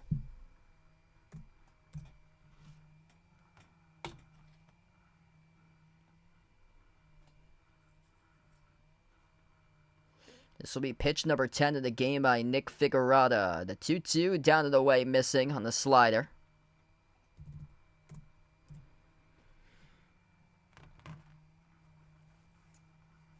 Upcoming the payoff pitch. Here's the 3-2. Ground ball will go back foul.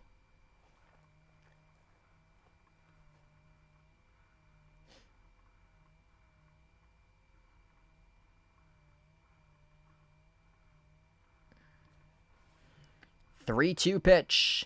This ball gets crushed. This ball gets cranked. Left center field, drifting back to the warning track. It is caught, though, in front of the wall by Wyatt Langford as he catches it for the out. Another 5 feet, and that would have been out of here. Jordan Thompson flies out to deep left center field, just in front of the warning track.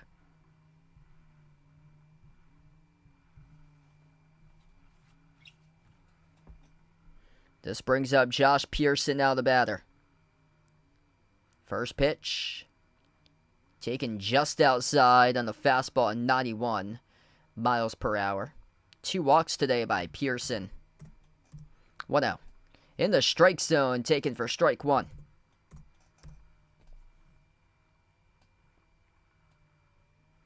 Ficarrada, the 1-1. Pearson sends it right side towards the Florida dugout, foul.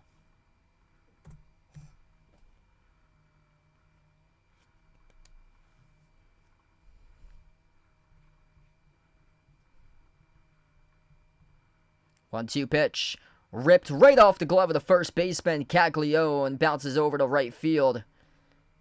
That'll be rolled a hit by LSU with an exit velocity of above 108 miles per hour. That's hit number 5 of the game by the Tigers, and the first one today by Josh Pearson.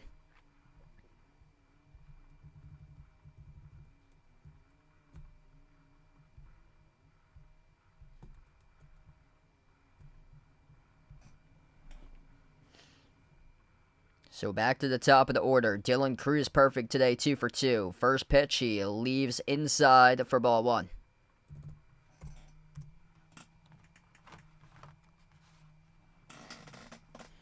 Two singles for Cruz, 1-0. Ground ball goes directly to the LSU dugout, foul.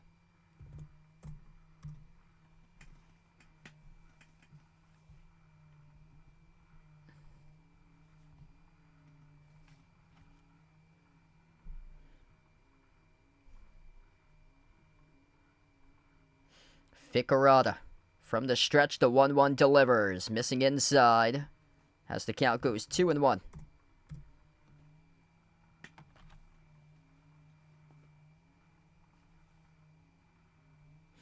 Paul Skeens, the ace for LSU, projected number 1 overall draft pick in the 2023 MLB draft. Number 2 overall draft pick goes to Dylan Cruz of LSU.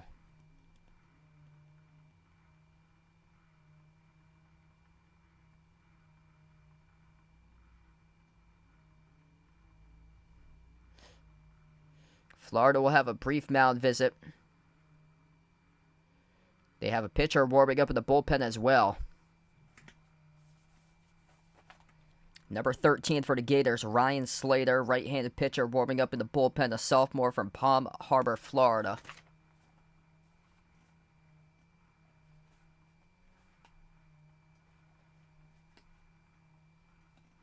The count is 2 balls, 1 strike. From the stretch, the 2-1 pitch gets sent back, foul off the bat by Cruz.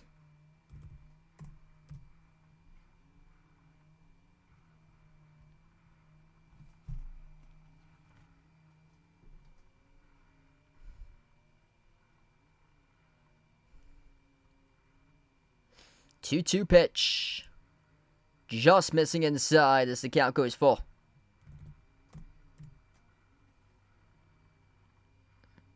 Ficarada upcoming with a payoff pitch. Here's the 3-2. Ground ball left side of the infield. Slow roller. Thrown across the body. Records the putouts. Oh, what a throw right there by Colby Halter. As he charges the slow chopping ground ball down the third base line. Throws directly across his body. Sends it across the diamond. It records the putout to retire Dylan Cruz.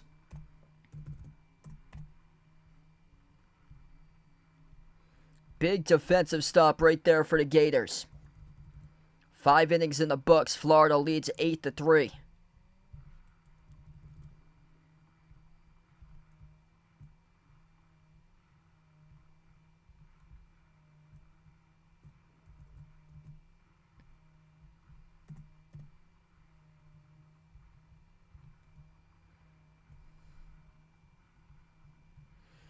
If you're new in the stream, make sure to hit the thumbs up, spike the like, hit the subscribe, ring the notification bell as well.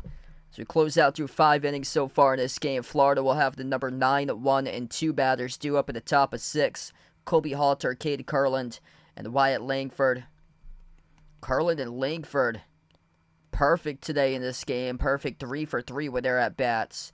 Solid production on the top 5 guys in the order for Florida. That every single one of those players has recorded a hit. And plus the number 8 batter today has been just on another planet. Ty Evans, 5 RBIs, 2 home runs. One of those a grand slam, resulting in a 6-run third inning by the Gators. That's when they took the lead for good, never looked back. Entering the top of the 6th, LSU's left 10 base runners stranded today.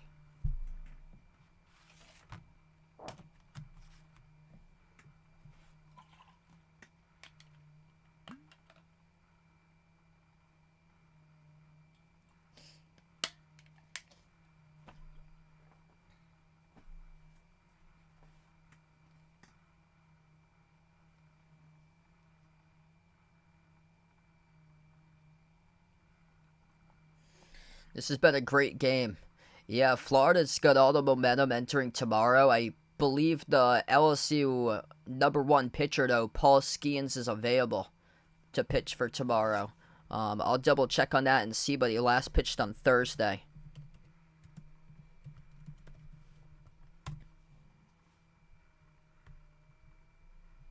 Okay, so there's actually an article by Sporting News. When can Paul Skeens pitch again?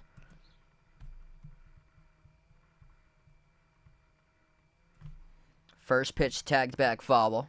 0-1. This ball gets cranked. Going back, going deep, and it bounces all the way to the wall. Out in right center field. That will be a leadoff double to begin the inning for the Gators. Colby Halter, the #9 batter in the order, delivers on his first hit of the game with a 2-bagger.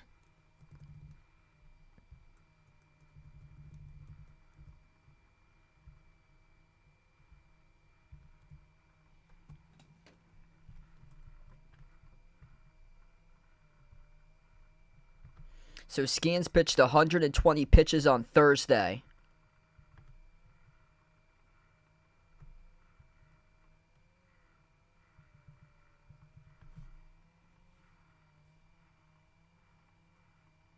And LSU just had a hit by pitch on the first pitch there. So now 2 runners in the base paths for Florida as Cade Curlin goes over to first. So this is getting out of reach right now for LSU. 2 runners on board for Florida, no outs.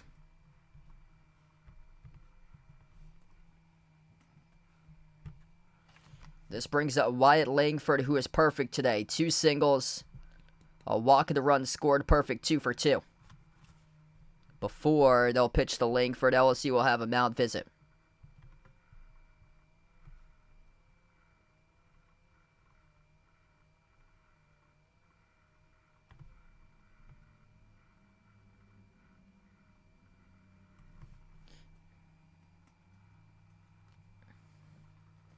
Yeah, so we don't know for sure if Paul Skeens will be the starter tomorrow, but I'd expect it. He did throw 120 pitches on Thursday. I would think that would be enough for recovery, but he's also the #1 projected MLB pick for him for the upcoming draft. I think it should be enough for him to be pitching on Monday, though, if he last pitched on Thursday. They don't have any updates about that.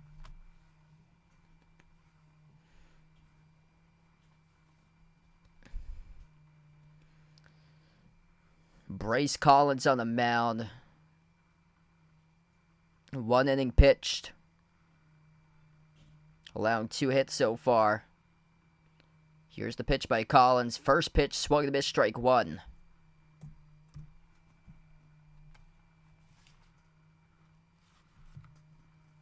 So Wyatt Langford, the batter.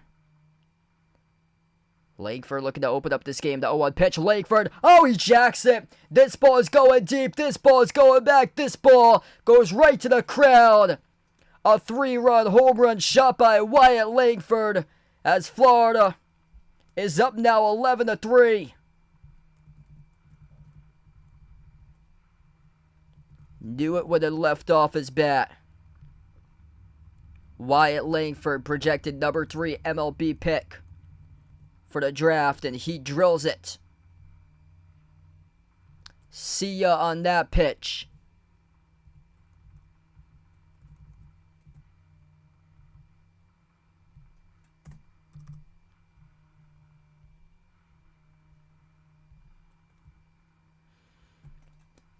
That's why baseball is so fun, because you get to see big boys crushing big boys crushing the baseball. Right there, he destroyed that one.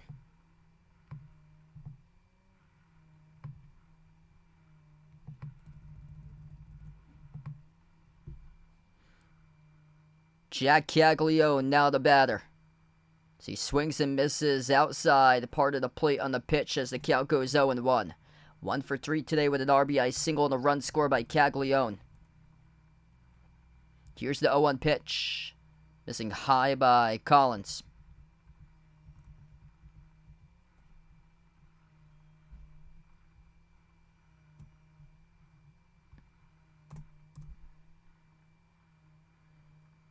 1-1. This ball gets cranked. This ball is going deep. This ball is going back. This ball is over. See you later on that shot right there. A solo home run by Jack Caglione.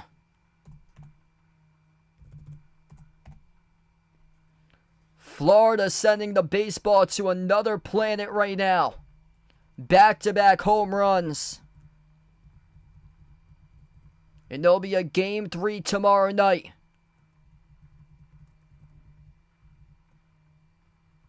Total decimation in the second game of the College World Series Championship round.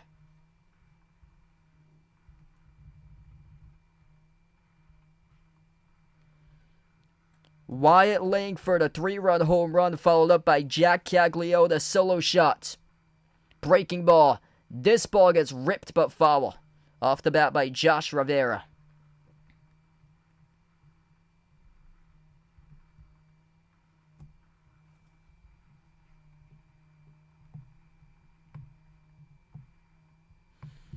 Oh, 1. Hackett's taken in the zone for a called strike 2.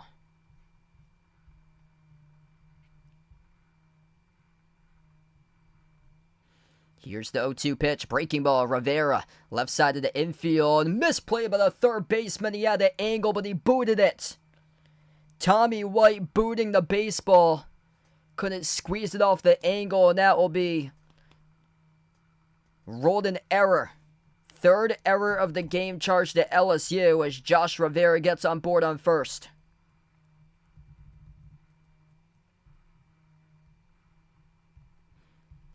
LSU just can't get mentally with the program right now, and they'll have to go with a mound visit, and this should be a pitching substitution for the Tigers. No way in the world this pitcher on the mound should continue. Bryce Collins giving up 2 home runs, and they'll make that adjustment right now. Pitching change for the Tigers. With no outs at the top of the 6th inning, it will bring up Blake Money for the relief pitcher. Right-handed pitcher listed at 6'7", 240 pounds, a junior from Spring Hill, Tennessee.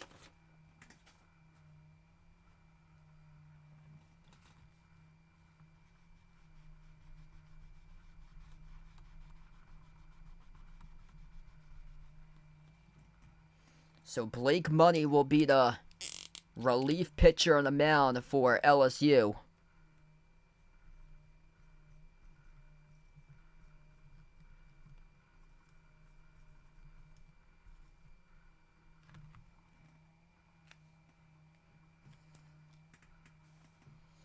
This is what Florida was waiting for, just to erupt here at the College World Series. Their offense had been lackluster throughout these College World Series games, and they erupt for 12 runs today.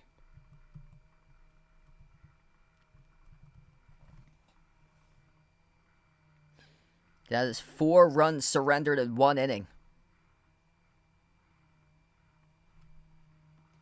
The 25 pitches, he just surrendered 4 runs, giving up back-to-back home runs on the mound for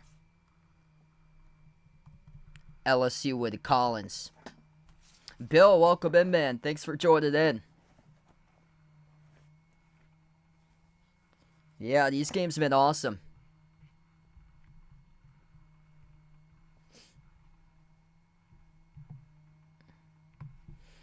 So looking like there's definitely going to be a Game 3 tomorrow. Feel free to join in if you guys would like. I plan on being back tomorrow night, 7 o'clock Eastern Time, for the winner-take-all championship game. Florida, the 2 seed, LSU, the 5 seed. LSU came in as the preseason #1 team.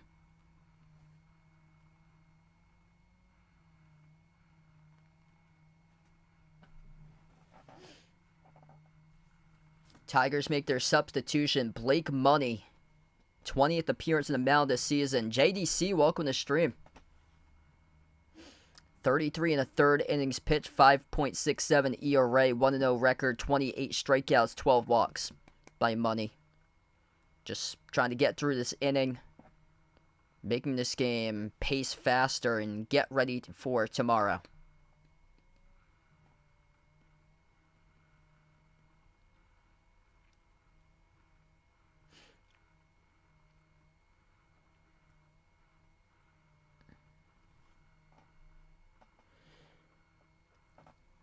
So here comes BT Realpel. He had a solo home run yesterday.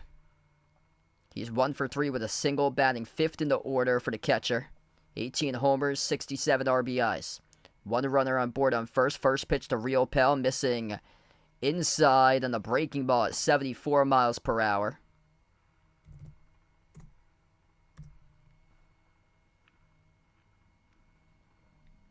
Money from the stretch. The 1-0 pitch delivers. Fastball, swung and a miss, strike one. So he goes a lot of off-speed stuff, only 84 in a fastball. It's a lot slower to get used to for his speed.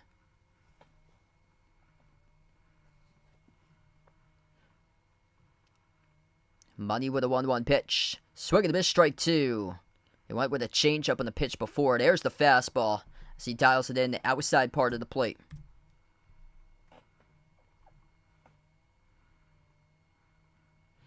Thing is that his curve is so slow. It's clocked at around 72 miles per hour. Here's the 1-2 pitch. Breaking ball goes with a slider that time, missing down.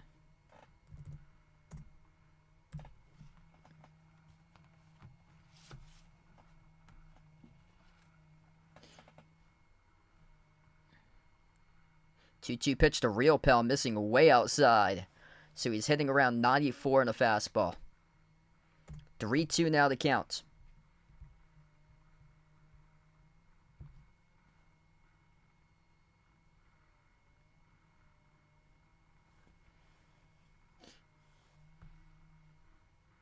Here's the 3-2 pitch. Realpel. Swing and a miss, strike three. Misplay by the catcher to throw the first. And a stolen base recorded. Realpel will be out since the base was occupied, but a stolen base either way for Florida. Yeah, that was ridiculous yesterday. 23 runs scored in the first 4 innings. Hayden Travinski behind home plate, unaware of his surroundings where the ball was. That's the job of the pitcher, to tell the catcher where the ball is so he could locate it out in front. Couldn't locate it in time as that's a stolen base. Base was occupied, so resulted in a strikeout either way. First pitch here. This ball leaves the bat. High fly ball left center field. Hangs up though in the park and is caught for the out by Josh Pearson, the left fielder for LSU, for out number 2. So that retires Luke Heyman, the batter.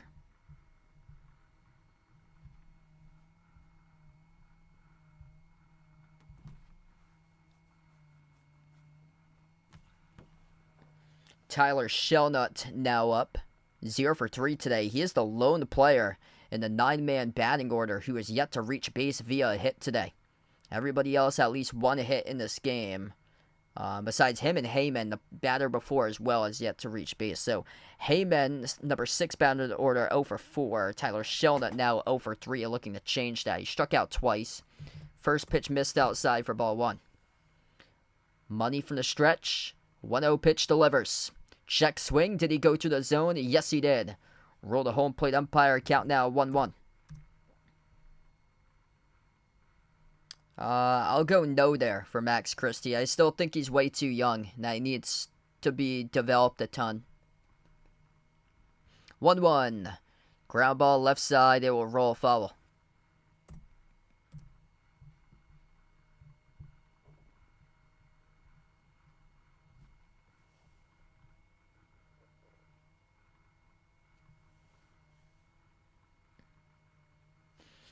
One-two pitch upcoming to Shelnut, the batter. The 1-2. Off the bat, drifting, past the outstretched glove of the shortstop is a wet off the runner rounding third, heading home. The throw to the plate, not in time. Florida scores another run.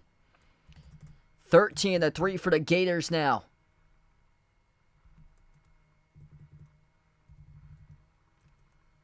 The shortstop, Jordan Thompson, diving towards his left, but the ball went off his outstretched glove towards the outfield.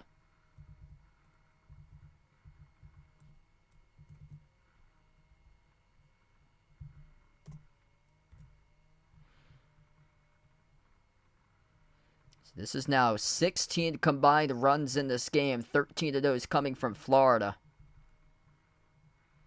Ty Evans, the player of the game. 2 home runs. One of those a grand slam with 5 RBIs today. He takes the first pitch inside for ball 1.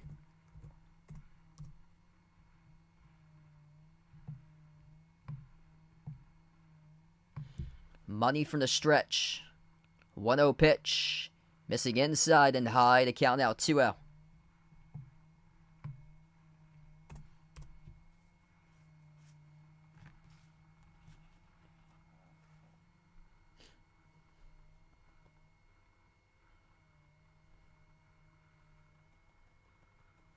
Ty Evans only batting .236 this season, but from today's game, those numbers are quite misleading. 2-0 pitch in the strike zone, slider.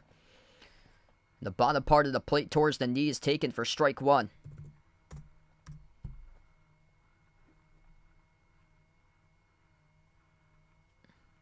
Money looking to battle back in the count. LSU able to retire Evans the last time. Evans shoots this one right off the bat, left side, foul.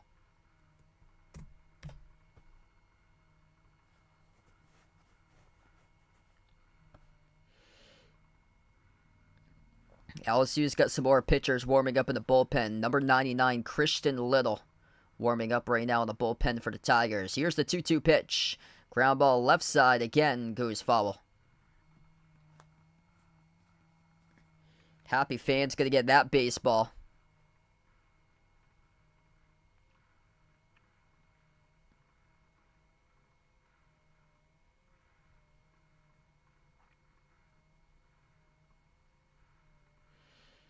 From the stretch here, Blake Money. The 2-2 pitch delivers to Ty Evans, pop fly, and that will be sent to foul. So hang it in right now, upping the pitch count.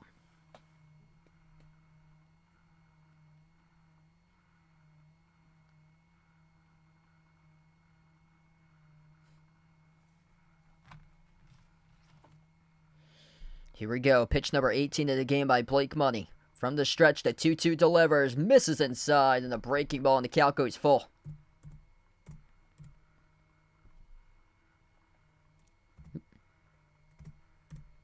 (3-2) now the count.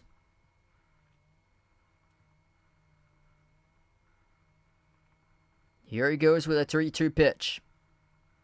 The 3-2 delivered to Evans, dinked off his bat, right back to the pitcher. Underthrown the first, and the out recorded.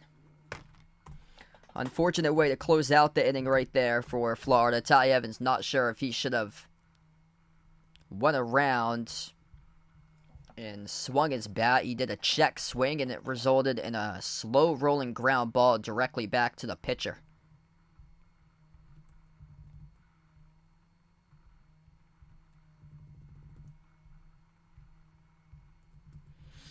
(13-3) right now. Florida 10-run advantage. So dominant today. We'll have another stream tomorrow, so feel free to come on back tomorrow for the College World Series championship game.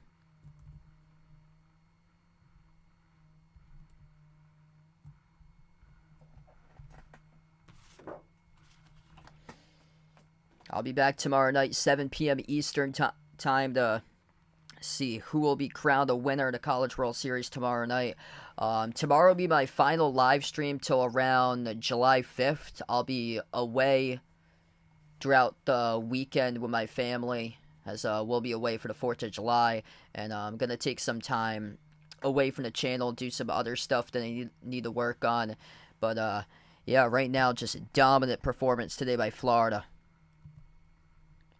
Multiple home runs in this game by the Gators today. They have recorded 4 total home runs. 2 of those by Ty Evans, and then a home run each by Langford and Caglione. So Wyatt Langford and Jack Caglione, they had back-to-back home runs at the top of the 6th inning, whereas there was a home run recorded by Ty Evans at the top of 3, and then another home run by him at the top of 2. One of his home runs, the second one, was a grand slam by Evans. So a solo home run his first time up by Evans, second time a grand slam, and then a 3-run home run by Wyatt Langford, and then Jack Caglione had a solo home run.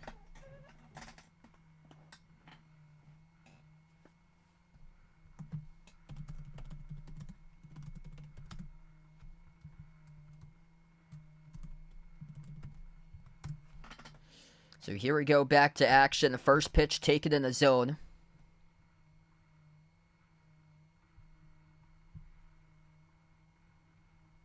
Ground ball left side of the infield, thrown across the diamond for the putout. First baseman was actually off the bag, so he had to tag the runner, but an out recorded there by Florida for the first out to retire the batter, Tommy White.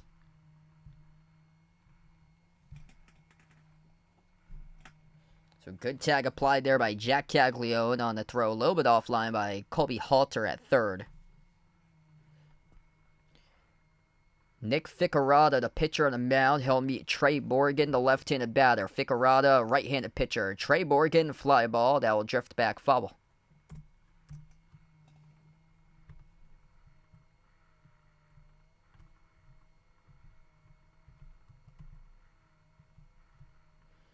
Oh, 1 pitch. Missing, or that will be taken for strike 2. So that's in the zone right there. Great spot. Outside edge of the plate, right at the knees in the fastball. Ahead in the count now by Ficarrada. 0-2 pitch. Missing down, stopped by the catcher, Real Pell.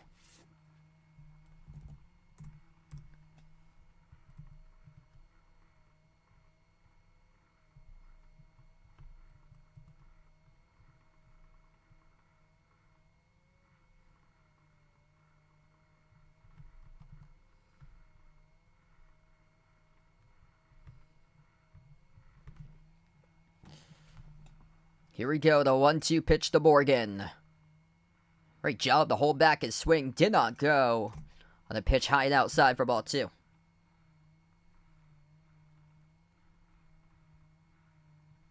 2-2 pitch. Ground ball right side of the infield. Fielded at first. Underthrown to the pitcher covering the bag for the out. Jack Caglione got a body out in front of that one. Great coverage there by Nick Ficarrada. Coming from the mound over to first base. Records the second out this inning.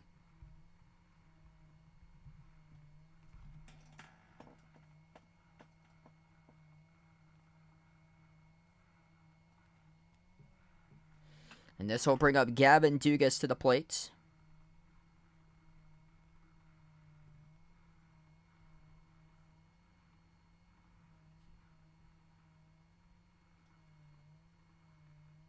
One now the count. First pitch in the zone. Second one missing down and away.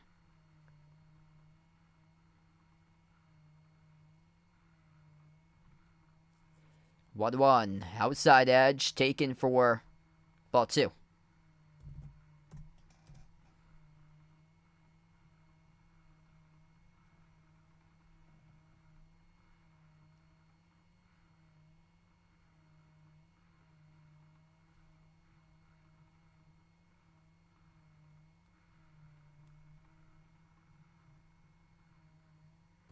Foul ball off the bat. Count now 2-2. Off the bat by Dugas. 2-2 pitch. Pop fly right side. It will go foul.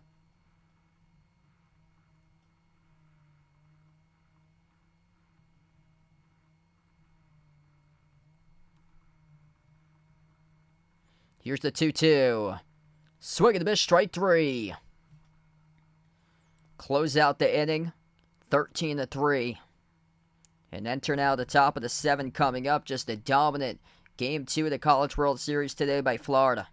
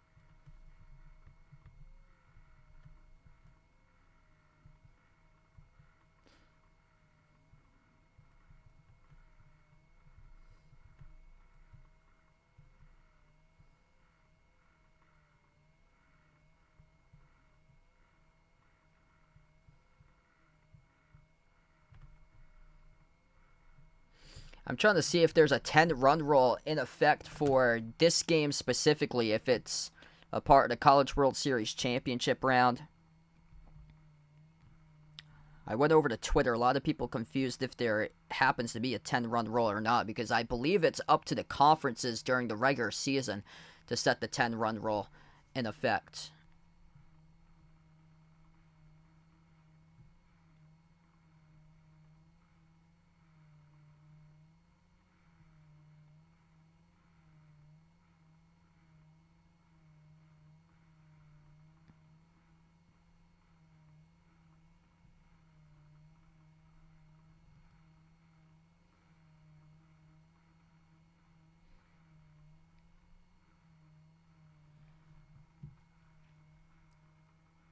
So also here's the thing is that the SEC does 10-run rule in their conference games. Both of these teams are from the SEC playing against each other in the College World Series. First pitch gets fouled back to the catcher. Colby Halter is now up for Florida. They have the 9-1-2 batters due up this inning.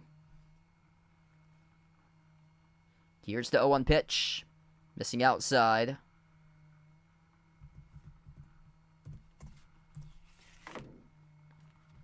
Blake Money still on the mound for LSU. 1 inning thrown, 1 strikeout, 1 hit allowed, no walks. Pitch number 22 by Money. Swing and a miss, strike 2. On a pitch and a high fastball above the letters delivered to Halter.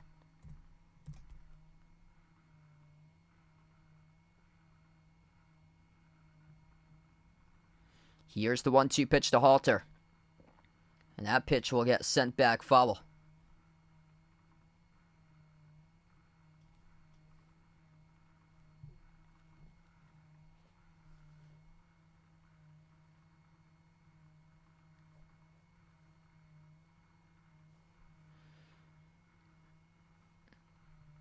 Here's the 1-2 pitch. Outside missing. Yeah, I don't think he's boring to watch. I really like his vision in passing. To the eyes of like a lot of people watching that they just watch like the big market teams or know like the like key superstar players that's been around for decades like LeBron, KD, like superstar players like that, like highlight reel type players, then it's definitely different to them, because the stuff that Jokic does, it just seems like the game is just so easy to him, what he does. Swing and a miss, strike 3, above in the fastball, above the letters. Just that's one of like the big keys is like having like the vision of like Jokic. Like you can't really like teach vision. He's just got an incredible feel of the game that he just knows what, like every single play, he knows what's surrounding him. Cade Kurland 1 for 1 today, as that pitch is way high. So I have no clue if there's a 10-run rule or not, if LSU can't score. I was looking to see it, and all of Twitter happens to be confused too, because this is a championship game in the College World Series. From what I was reading, it's up to the conferences to determine whether there's a 10-run rule in the regular season based on the conferences. But I don't know in terms of this being a championship series game if they go the full distance or just 7. Swing and a miss on the pitch to Cade Kurland, the batter. 2-1. The pop fly off the bat by Kurland will go back foul.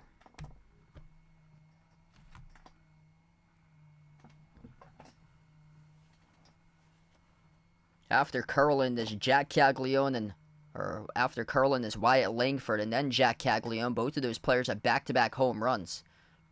Here's the 2-2. This ball gets ripped. This is going deep, all the way back, and it drops in to the corner of right field. Rounding first on the second, sliding in safely at second, and that is a double with a 1 out by Cade Kurland. The hits just keep on coming today by Florida. 13th hit that they've wrapped today in this game.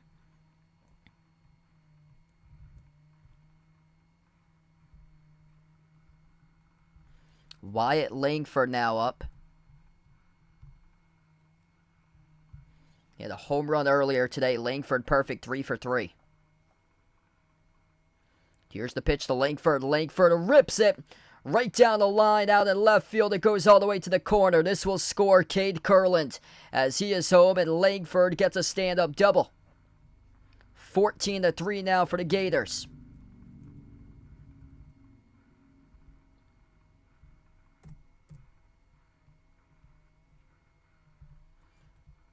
What a game for Wyatt Langford tonight.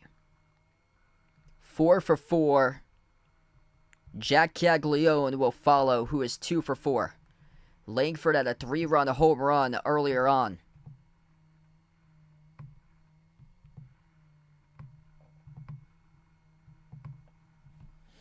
LSU will have a mound visit right now. 30 pitches thrown by Blake Money. They're just getting torched with all their pitching in this game today. LSU as a team has thrown 4 separate pitchers, make it 5. Substitution into the game. The 5th different pitcher for LSU today will be Christian Little, as he will come out to the mound now for the Tigers in relief.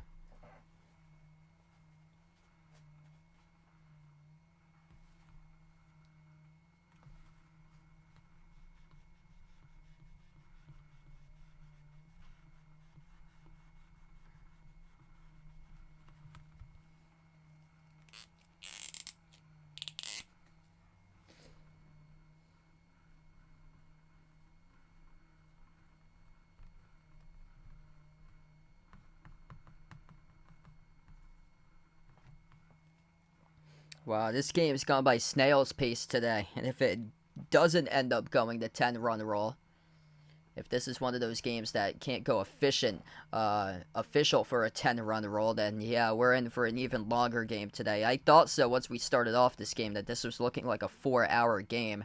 And yeah, it's trending towards that direction currently based on all the pitching substitutions we've had.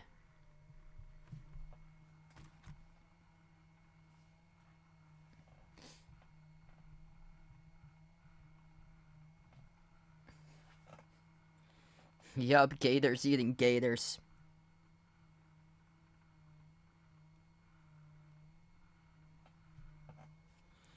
Better luck in the next one, and we'll have the rubber match tomorrow. Feel free to join me back in. I'll be back tomorrow for the final game of the College World Series to crown a champion.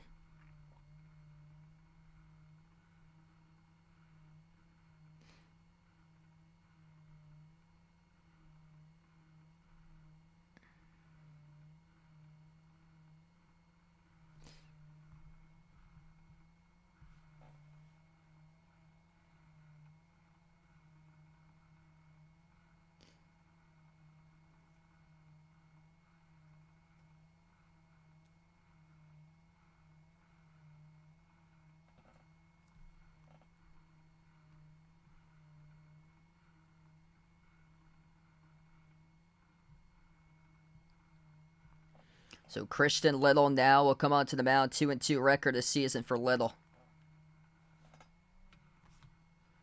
Just looking to get out of this inning at the top of the 7th right now. He'll face Jack Caglione, the batter. Going back to second's Wyatt Langford. Caglione, a solo home run his last time up, RBI. He has a single as well. Left-handed batter to right-handed pitcher Little. First pitch of the game by Little.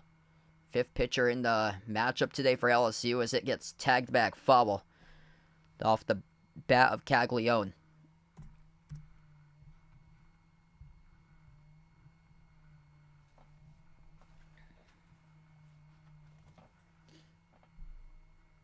From the stretch.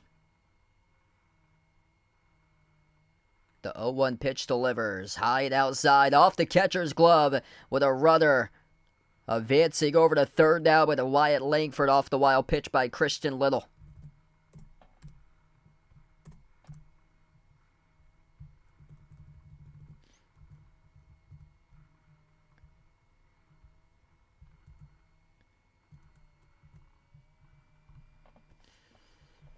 The beatdown continues.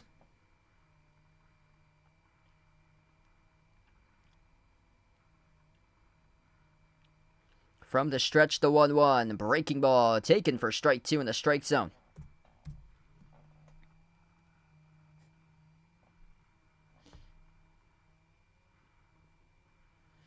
Looking for something on the right side of the infield. That will most likely send home another run. 1-2 pitch. Caglione ground ball does exactly that. Right to the first baseman. Another throw to first. Little records the out. Off the ground ball fielded by Trey Morgan, but that results in an RBI. 1 run comes across the plate. Jack Caglione scores Wyatt Langford with 2 down in the inning.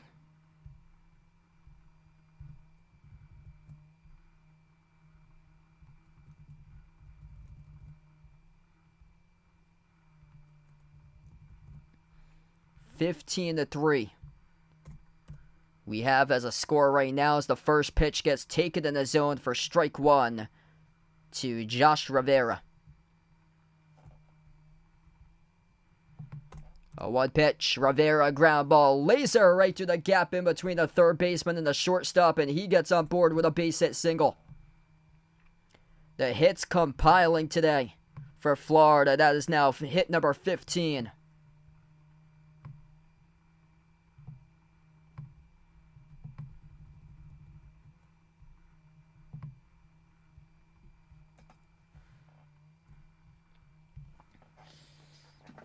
We'll have the rubber match tomorrow. BT Rio Pell. 1 for 4 with a single today for the catcher, 5th in the order. Christian Little from the stretch here delivers to Rio Pell. And the throw. Oh, it's way off the line. It goes all the way into the outfield. Terrible throw by the catcher. Hayden Travinski, and that's a double stolen bag by Rivera. Travinski's throw over to second off the stolen base sailed well over the head of the shortstop covering second.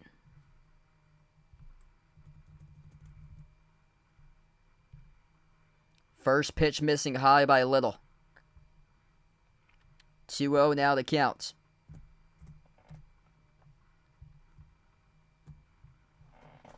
Just looking to get out of this inning here. Here's the 2-0 pitch. Missing high. The count goes 3-0. This pitcher cannot find the strike zone.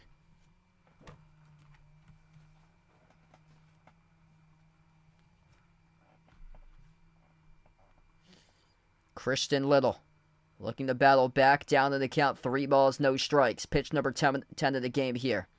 The 3-0. In the strike zone, fastball 93, taken for strike 1 to Rio Pell.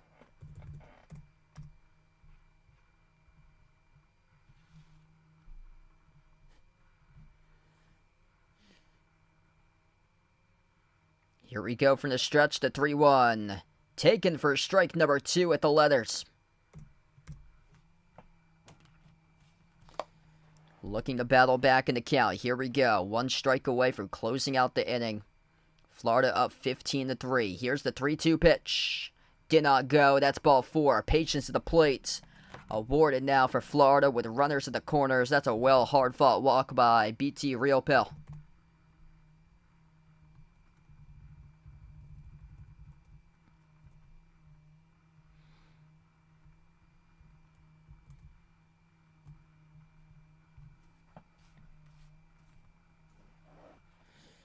Here we go, another batter.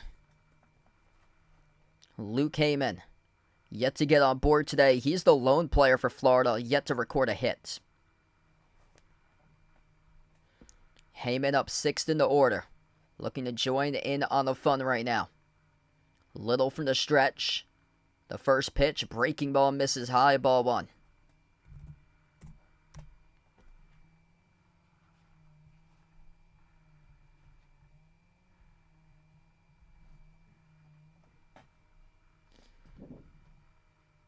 Little once again from the stretch. The 1-0 pitch. This ball gets cranked, but it will go foul. Happy fan out there will have that as a line drive souvenir.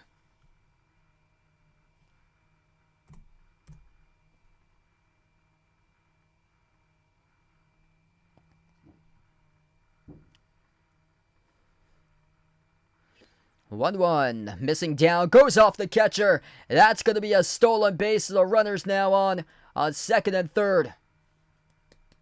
No steal at home. But from first to second, advancing over the runner in the count now, 2-1.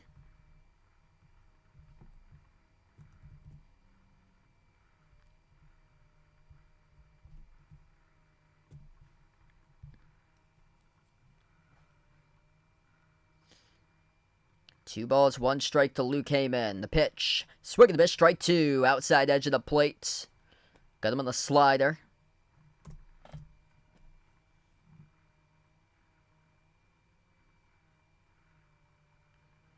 LSU led early on 1-0, but ever since that, it's been the Gators. 2-2 pitch. Up high, and that is ball three.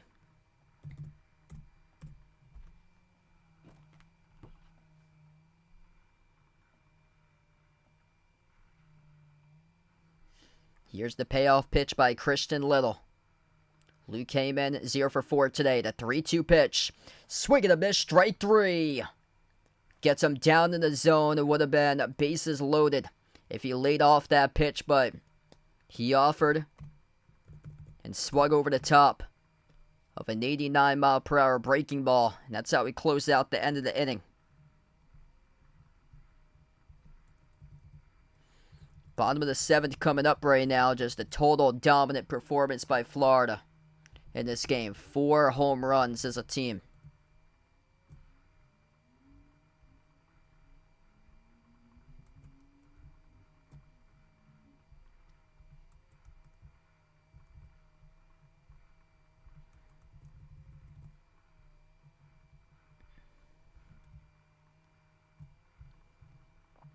Man, this game is dragging by so slow right now. So slow it's dragging by. If you guys are new to the stream, make sure to hit the thumbs up, spike the like, hit the subscribe, ring the notification bell as well. I'll be back tomorrow night. Feel free to catch me back tomorrow night covering the deciding game of the College World Series Championship.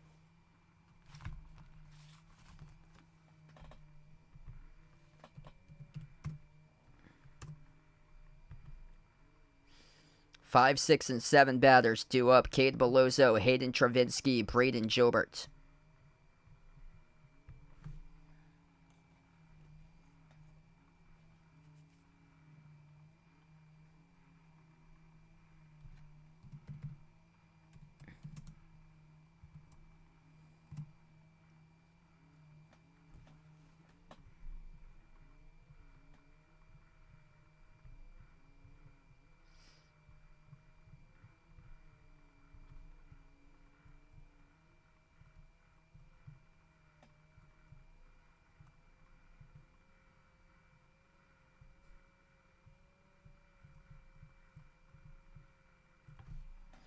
So here we go. LSU will have their at-bats.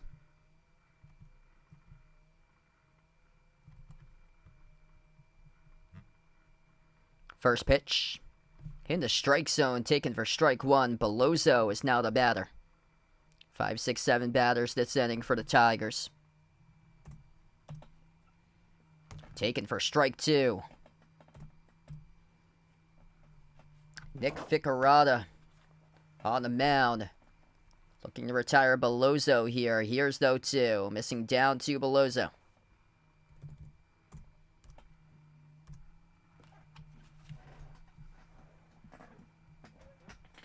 One-two pitch.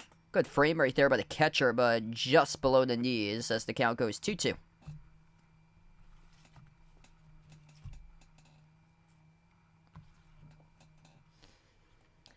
From the stretch, the 2-2 pitch. It gets tagged foul.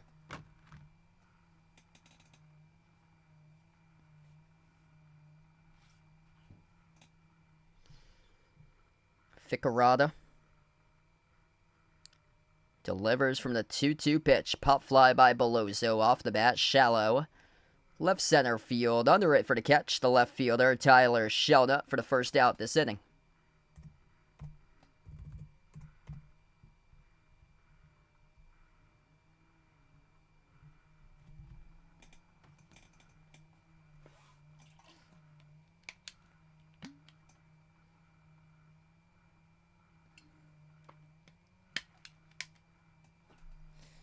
This brings up Braden Jobert, or Hayden Travinski to the plate. Ground ball. Third base side, fielded by Halter. Throw it across the diamond. Records the outs. Great pick right there by Jack Caglione, the third baseman. The 1 pitch, 1 out, delivered by Nick Ficarata on the mound as he retires Hayden Travinski.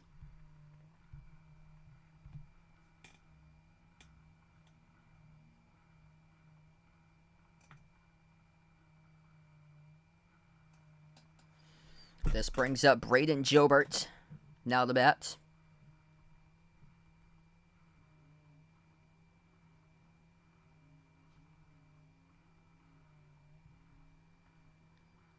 First pitch missing the zone as the count goes 1-0. Here's the 1-0 pitch in the strike zone, taken for strike one to Jobert.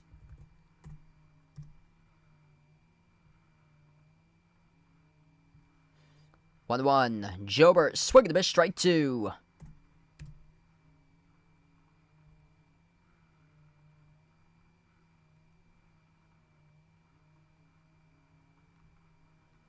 Here's the 1-2 pitch. Oh, that cut Jobert bouncing in the dirt. And then it bounced off the right foot in the batter's box of Braden Jobert as he gets on board via a hit pitch.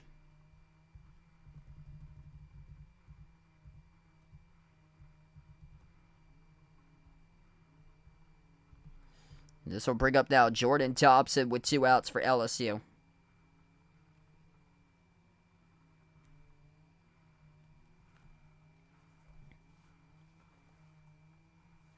First pitch in the first pitch taken just outside the strike zone for ball one.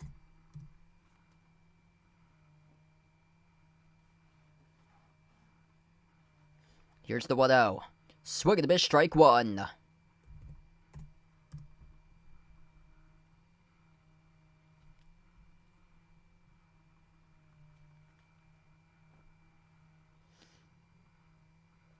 One pitch. Ground ball goes back foul. Upcoming pitch number 50 of the game here at the mound by Nick Ficarata.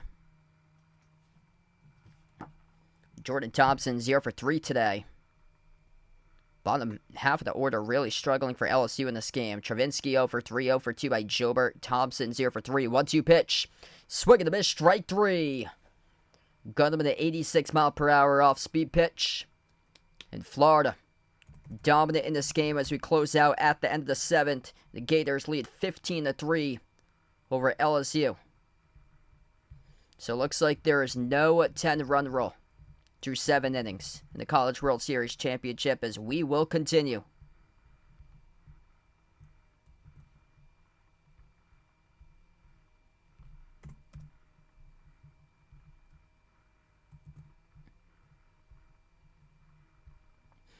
If you're new in the stream, make sure to hit the thumbs up, spike the like, hit the subscribe, ring the notification bell as well. 2 more innings remaining tonight as there is no 10-run rule in the College World Series Championship Series. I'll be back tomorrow night covering the championship game, winner take all, game 3 tomorrow night.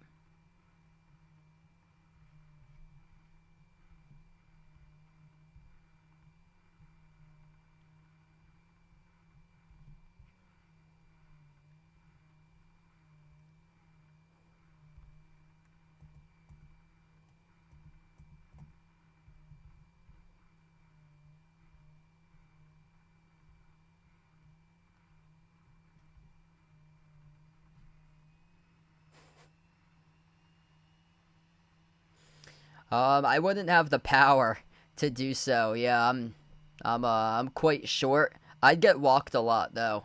Yeah, my main sport was baseball, but I was like the smallest player in the team, so like nobody could pitch to me for opponents. It was tough for them to pitch to me because I was the shortest player in the field. Yeah, it's so tough to come back from being 10 plus runs down. So tough in baseball. Like basketball is just so simple. We see it all the time. We have like 25 plus point comebacks, especially nowadays where like there's no defense by one team for like a quarter.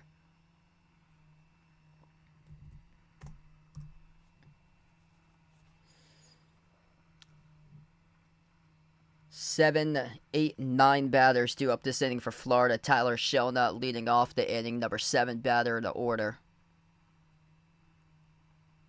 1 for 4 today with an RBI single. The count now 2-0 with it missing just inside in the third pitch of his at-bat. Now it's 3 balls, no strikes. LSU really having a ton of problems today on the mound with their command. They've used 5 different pitchers for this game for the Tigers. 3-0 pitch missing outside by Little. That's a 4-pitch walk to start off the inning, and this could be a very long inning based on the looks of that first batter allowed a walk. What's good, Jay Ramirez? Steve on the stream. Welcome in, guys. Glad to have you guys back in.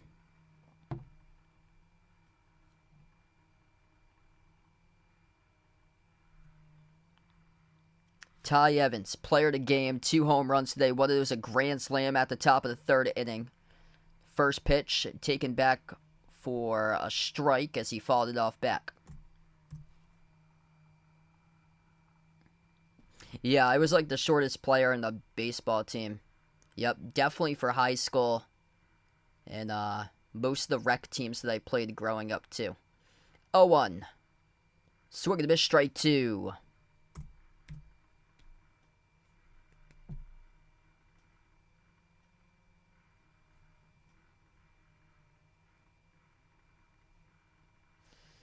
Ty Evans looking for more today. He's hungry as he tags off that ball foul. Yeah, it's great now that they get the pitch clock. That's the great thing about it. So it speeds up the game a ton.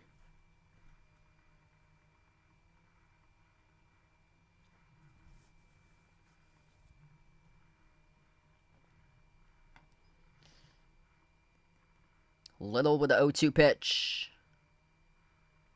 Left down as the count goes now 1-2.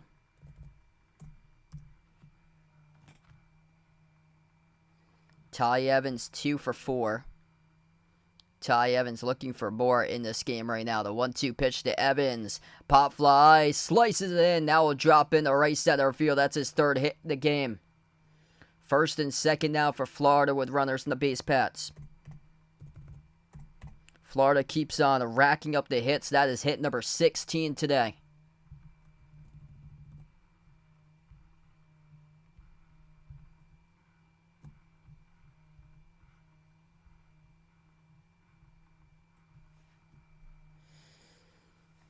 So this brings up now Colby Halter to the plate, 1 for 4. Everybody's recorded a hit for Florida besides Luke Heyman, the number 6 batter, who ironically is the designated hitter. First pitch, missing down in the dirt by a little. LSU with their control, it's just been all over the place in this game, especially with the later pitchers in the rotation. Brace Collins, Blake Money, Christian Middle, all of them have really struggled as that pitch is way too high. Breaking ball looked like it slipped out of his hands as the catcher had to stand up and glove it behind home.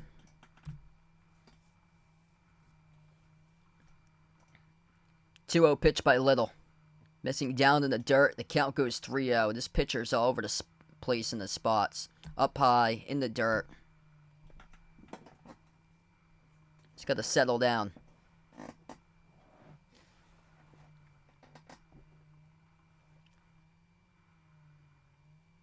.30 pitch. In the strike zone that time. Taken for strike 1.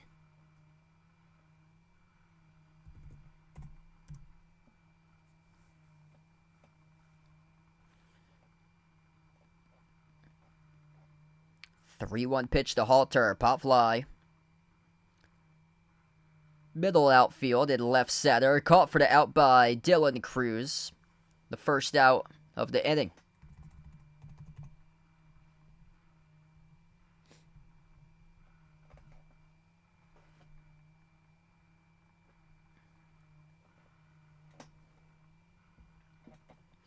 So this will bring up now Cade Kurland.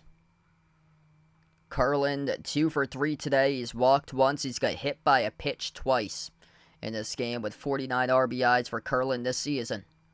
Two runners on the base paths. First pitch to Curlin. The ground ball up the middle. Goes off the pitcher. Throws to first. And the throw offline to the bag, but stays in the bag is Trey Morgan to record the out. Very lucky right there for LSU. Christian Little. Actually, I think he put his foot out to stop the ball, and then his throw went offline, but great job by Trey Morgan to get his cleat on the bag for the second out this inning. That pushes the base runners over to second and third. First pitch, pop fly, tag back, foul. Off the bat of Wyatt Langford, who's had a phenomenal game today. Wyatt Langford, perfect. 4 for 4. 3-run home run. He's recorded 2 singles and a double today for Langford. A 1 pitch by Little. Langford again sends it back foul.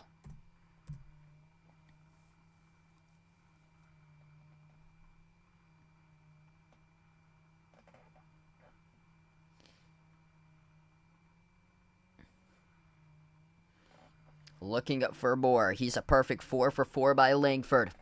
The 0-2 pitch, Langford. Oh, he crushes it. This ball is going back. This ball is going deep. All the way to the left field corner past the outstretched glove. Diving attempt to the left fielder, Josh Pearson. 2 runs come across the plate. And that is a stand-up double to go 5 for 5 today by Wyatt Langford for the Gators.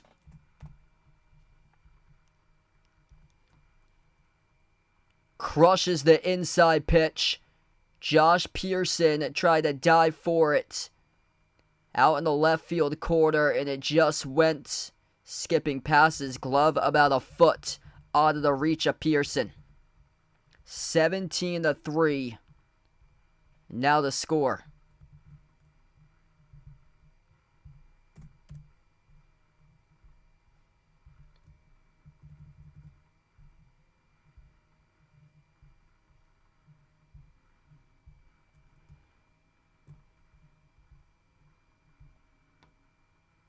This is cranked. Off the bat, drifting deep. It is back towards the bullpen warning track. Oh, it's out of here. That's a 2-run shot for the Gators. Their 5th home run of the day. They lead 19-3. Jack Caglio's 2nd home run of the game as he drills it out of here to the right field bullpen. An absolute massacre of a game today in the College World Series. 19-3. As Florida just keeps on pouring it on.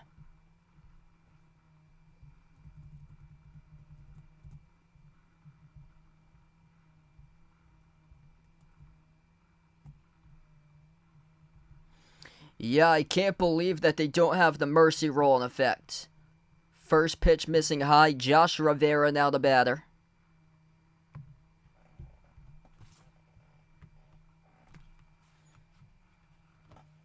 One-0, swing and a miss, strike 1 by Rivera.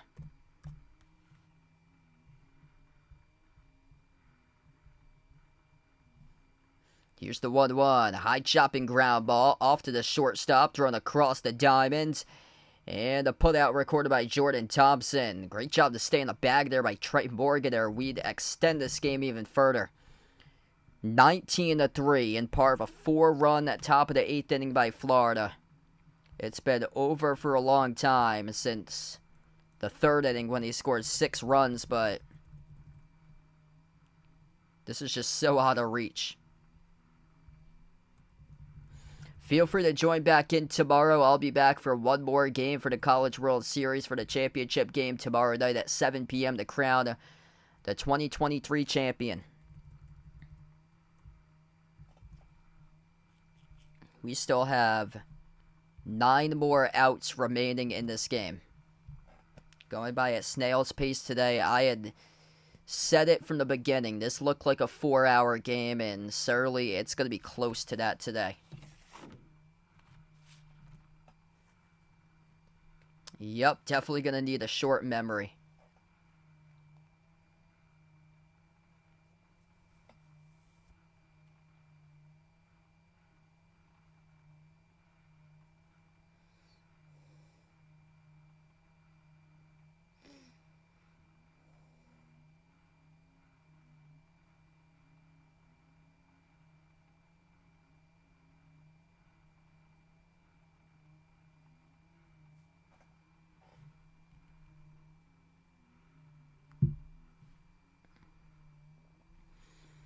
Every game's a new game, so you start off fresh every single game.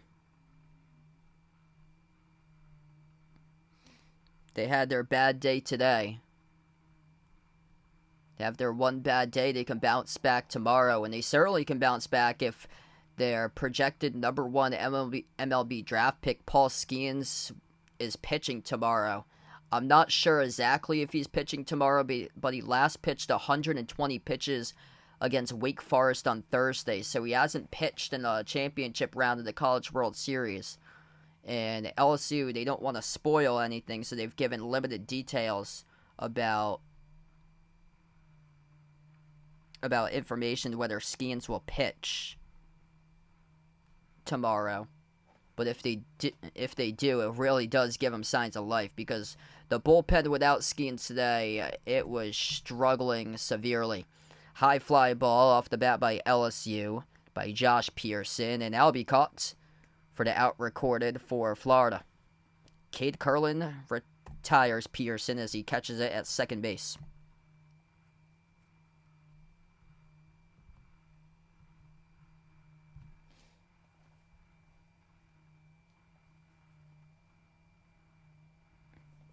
Yeah, I'm looking up this right now on the box score. So yeah, Oregon did come back and beat Oral Roberts. Oral Roberts had an 8-run third inning. Oral Roberts led 8-0. Oregon came back and won 9-8. First pitch. Taken just inside for ball one. Paxton Kling now the pinch batter for LSU. So he replaces Dylan Cruz. 1-0. Kling, swing and a miss, strike one. The pitch blown past the bat of Kling by Nick Ficarata, still on the mound for Florida. Here's the 1-1. Taken for strike two. The home plate umpire stretching out his strike zone right now. That looked like it was below the knees in the outside portion. But no, he rings him up for strike two. Here's the 1-2, missing outside that time.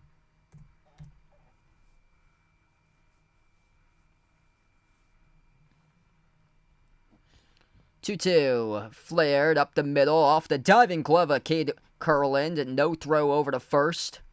Good effort by Curlin. They were rolled a base hit. Recorded by LSU, that will be their 6th hit of the game.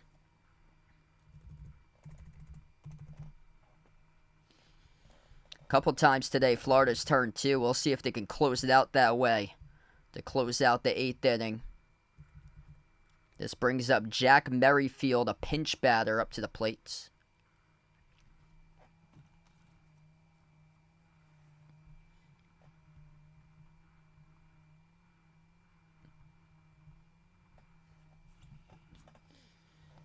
First pitch to Merrifield. The fly ball goes off his bat directly to the left fielder, shelled up for the out. 1 pitch, 1 out, and now 2 outs at the bottom of 8.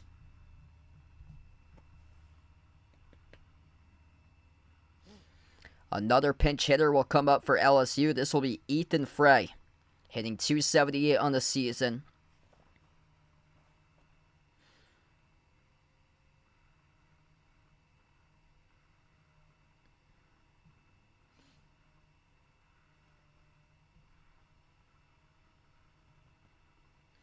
First pitch by Ficarata in the strike zone, tailing in a 2-seam fastball. Taken for strike one to Frey. Rose Pine, Louisiana is where Frey is from. As he leaves the pitch down at the shoelace level. Here's the 1-1. Ground ball left side. It will go foul.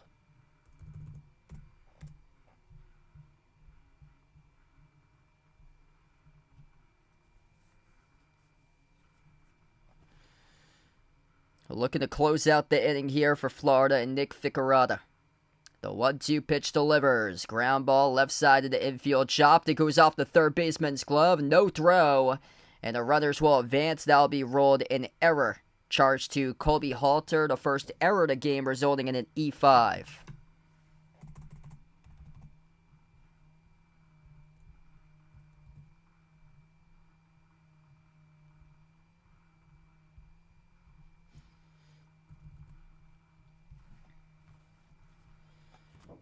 Gavin Dugas will remain in the batting order, coming up fourth in the order for the second baseman here as he is up now. Dugas, first pitch, swung on, fouled.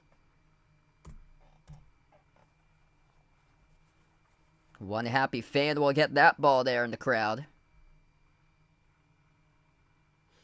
Dugas 1 for 3 today, had a home run yesterday in the victory. Went 11 innings where LSU won 4-3. Today, a different case though, 19-3 for Florida. Ground ball left side of the infield. Did not tag the runner in time to throw. Over to first, and it is... Oh, it will be an out recorded. So a delayed call there by the field umpire. And we will close out the inning. So there was a tag applied. Delayed call by the field umpire. Colby Halter tags out the base runner.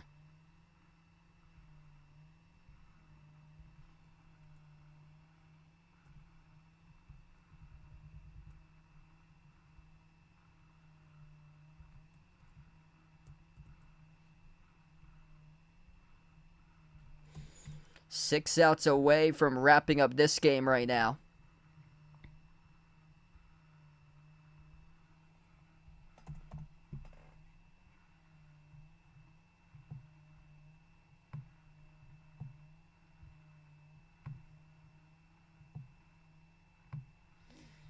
If you're new to the stream, make sure to hit the thumbs up, spike the like, hit the subscribe, ring the notification bell as well.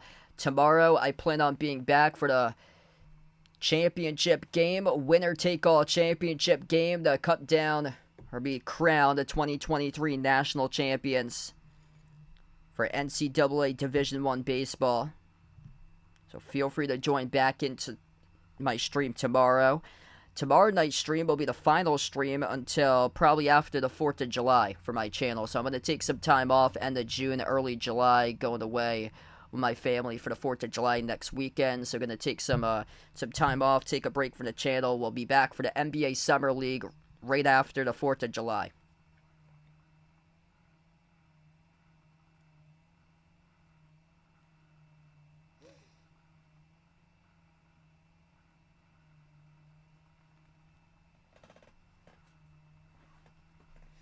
Probably around like early to mid-July on my personal channel, there'll be a lot of videos posted over there on my personal channel for my college sports demos that I did this season.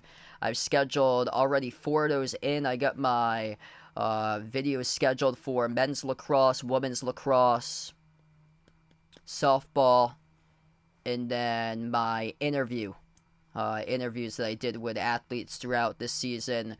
Going to be working on a lot of the other stuff soon. Baseball, artistic swimming. Gotta cut up clips for those.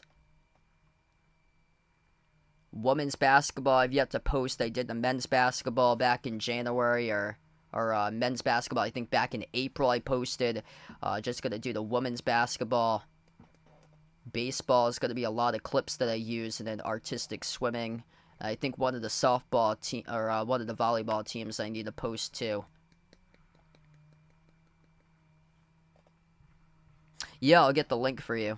So that's my personal channel. Once, because I got all those scheduled in for probably mid-July, depending on when I finish it.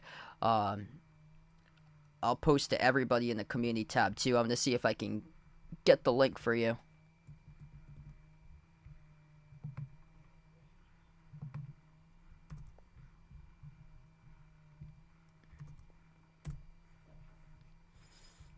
There you go. So yeah, I got the link over on my channel. I have it off the about section.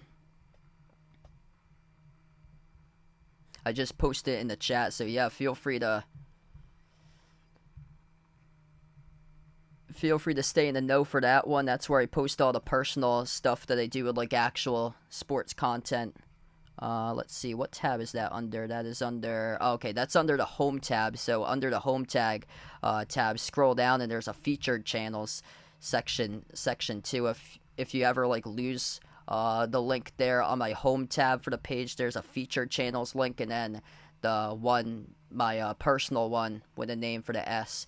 Yeah, the Final Yard football channel that I used to have That one I covered football like 4 years ago, but unfortunately it never like grew big, and you need like a certain amount of like watch time to be monetized. So I did it just for like 1 year back in 2019. I kept the channel in case like anything happened as like an extra or so.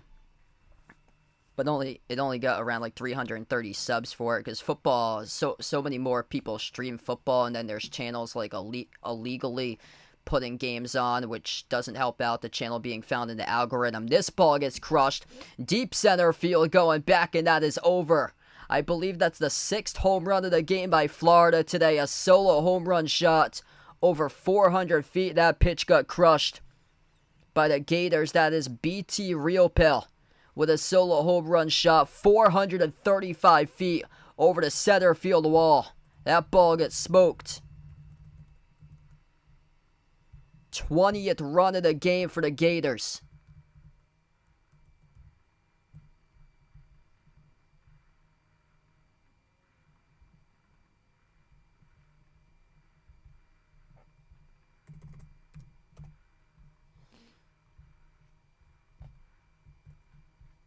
Wow. We could barely even fit the score into the scoreboard right now since it's got the big 2-0.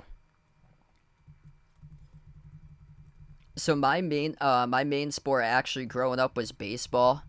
I played from rec league, like 1st grade, all the way up to high school. And I'm trying to recall the last time I've seen 20 on the board.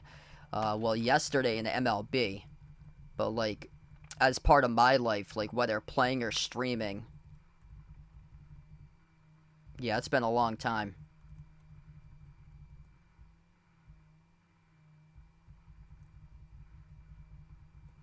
Yep, that's true.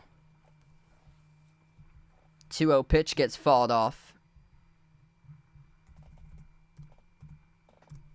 Now the count's 2-1 to Tucker Talbot, who's the pinch hitter now. This game's gone on for a long time today. This game started off just past 3 o'clock. It's already gone on for about 3 hours and 15 minutes. Pitch missing low, fastball as the count goes 3 balls, 1 strike.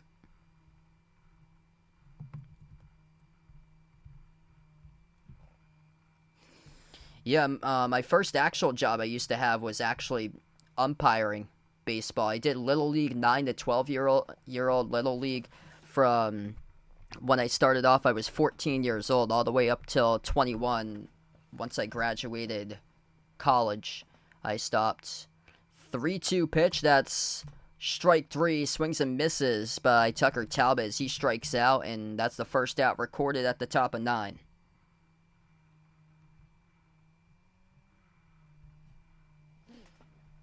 Yeah, I used to play like an adult league softball for fun before I started streaming the channel. That was back in like 2017, 2018. A little bit in 2019 that I started the channel. Before that, after that, the channel happened. Breaking ball missing on the first pitch.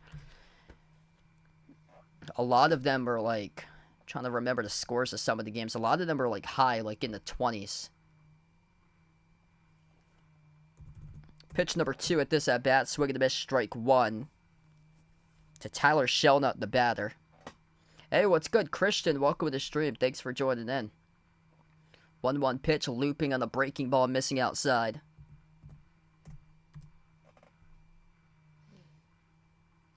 Yeah, I don't believe so. I don't think I've ever met a pro MLB player.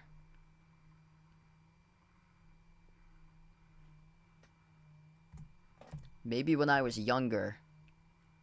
Because we used to do like autographs of the Paw Sox, but I can't remember because I was so little. 3-1 pitch, ground ball up the middle. That will drop down for a base hit.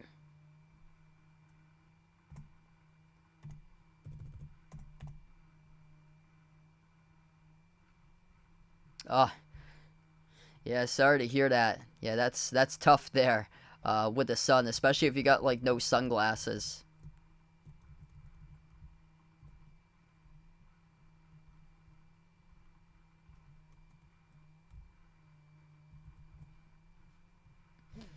Yeah, that's the worst when the field is like facing the sun.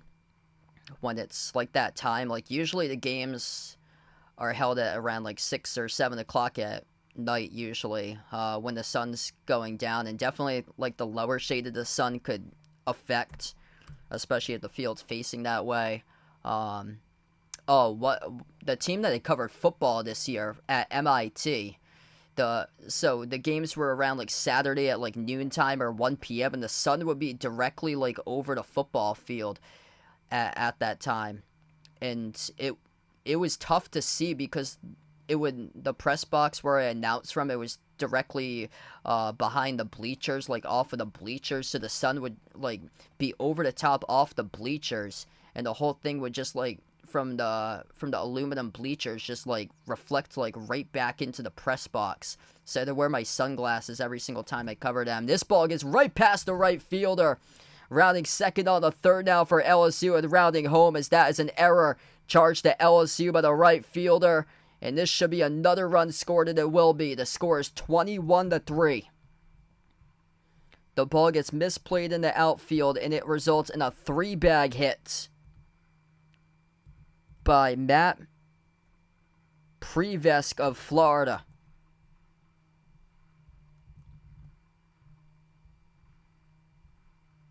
Ouch. 5 errors. They got to shake this off rather quick. They've got around 24 hours to do so.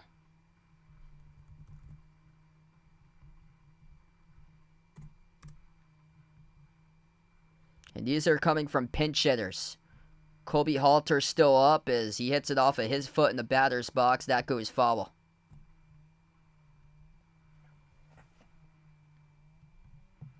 Halter 1 for 5 today with a double and a run scored.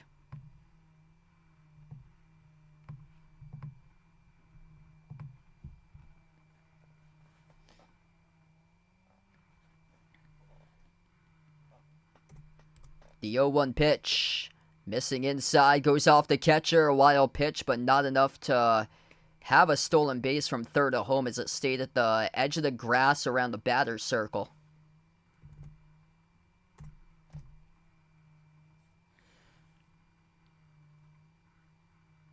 Hey, there you go. Nailing a double play one time.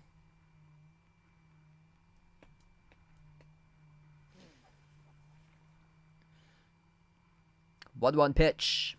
Missing down. Count goes 2-1. Need a quick memory of this one that the game didn't exist for LSU. It's okay. The Golden State Warriors did it in 2022. I remember there was a game that Golden State trailed by 55 against Memphis, and then they ended up winning the championship. That's an RBI right to center field as that ball will drop in. Scored a base runner from third, and now it's 22-3. Oh my goodness.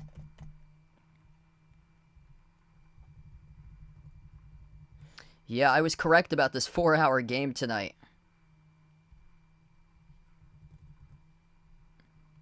All these hits are coming from pinch runners, or pinch hitters.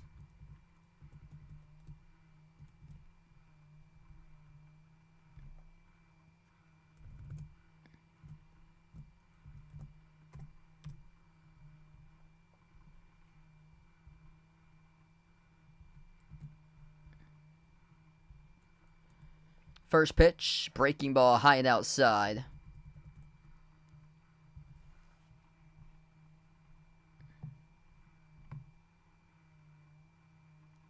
Yep.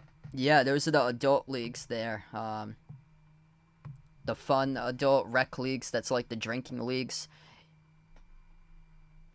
Yeah, I used to be part of one of those adult leagues playing softball. We used to do softball, dodgeball. That was pretty fun.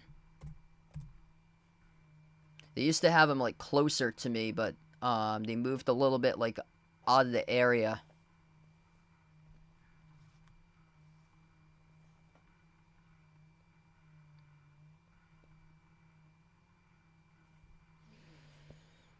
Again, the pitch misses. 3-0 pitch. That's missing high, and that's ball 4.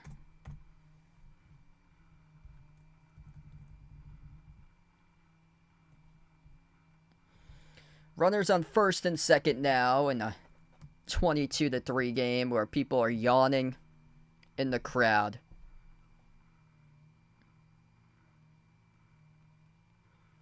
It's okay. The rubber match will be tomorrow. Michael Robertson, a freshman, now up. Pinch hitting. First pitch, he leaves down, ball one. This pitcher for LSU cannot draw a strike to save his life. Sam Dutton is the pitcher right now.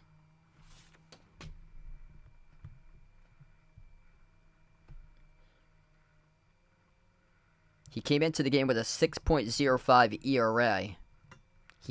So he had only thrown 19 innings. That's a big key. Because D1, you're playing college baseball since February for D1. So at this stage of the season, just 19 innings thrown. That's very, very low, considering the amount of games that you've played by this time, like 65 plus games on the schedule. Pitch nails the letters section of the plate. That's strike one. Yeah, thanks so much for joining in, Jeff. I'll hopefully see you back tomorrow night. That pitch outside missing by Dutton.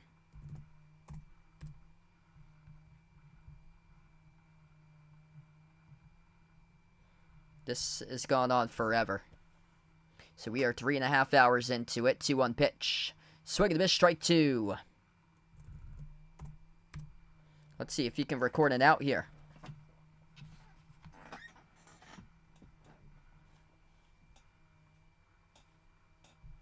Also just going to take down this poll because the score says it all itself.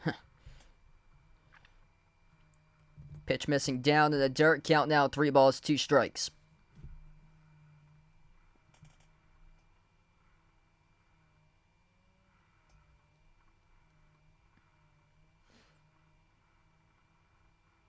Here's the 3-2. This ball gets ripped. It will go foul.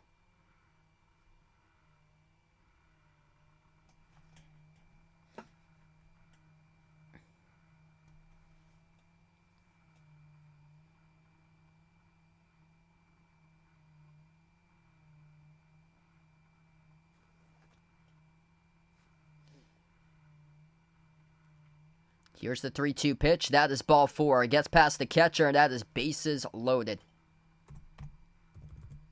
Man, what a demolishing game today.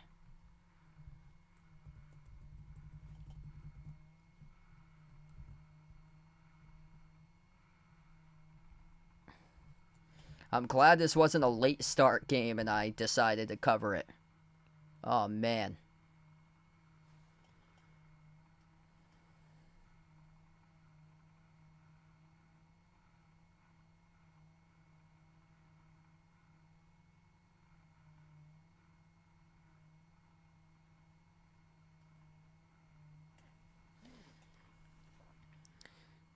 This brings up Derek Fabian now up. He takes the first pitch, a strike.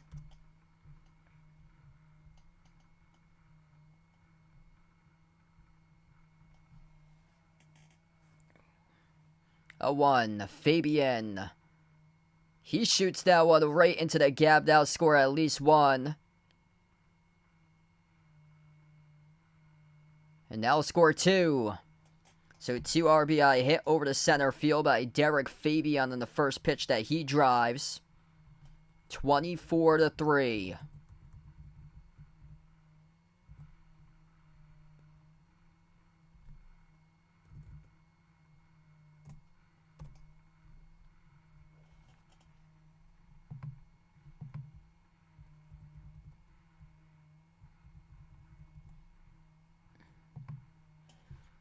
Most runs in the College World Series game, making history today. Yesterday, LSU did it with their pitcher. That ball will go foul right back to the screen. Yep.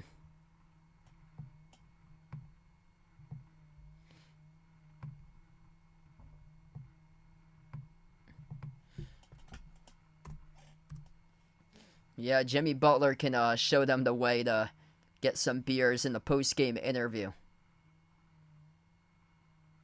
Here's the 0-1. Ground ball will roll foul.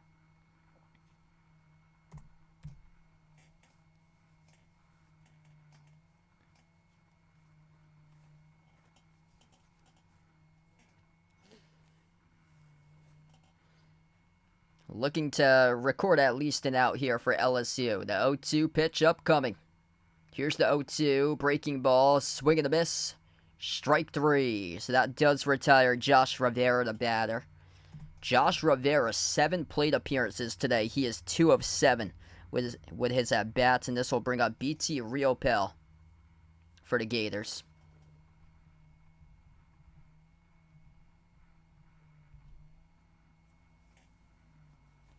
Riopel with a home run his last time up. First pitch to Riopel, missing down and away, ball 1.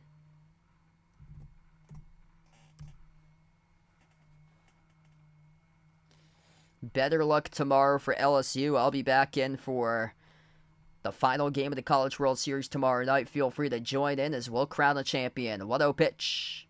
Breaking ball in the strike zone, taken for strike 1.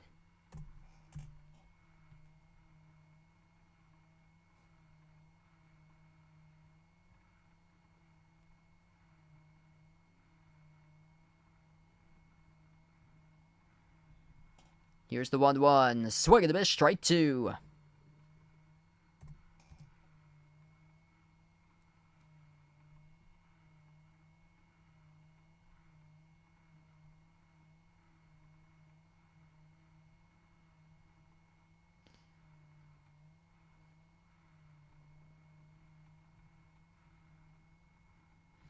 And he battles back, swing and a miss, strike 3.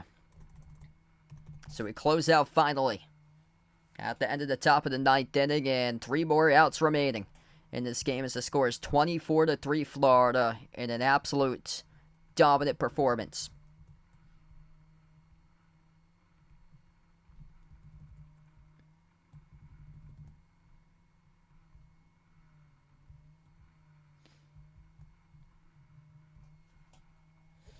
Thanks everybody for joining in, being a part in the stream today for this one. All for hanging out as this game went further in duration than usual. A 3.5+ hour stream because no 10-run rule in effect. Florida today with 23 hits. LSU with just 6. LSU with 5 errors. Every team has its poor day, and today LSU, a bad day.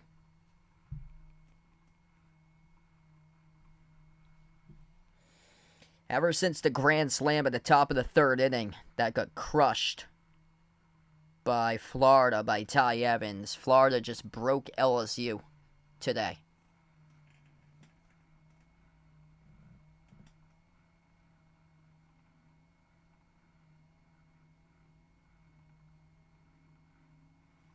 Yeah, this game isn't even close.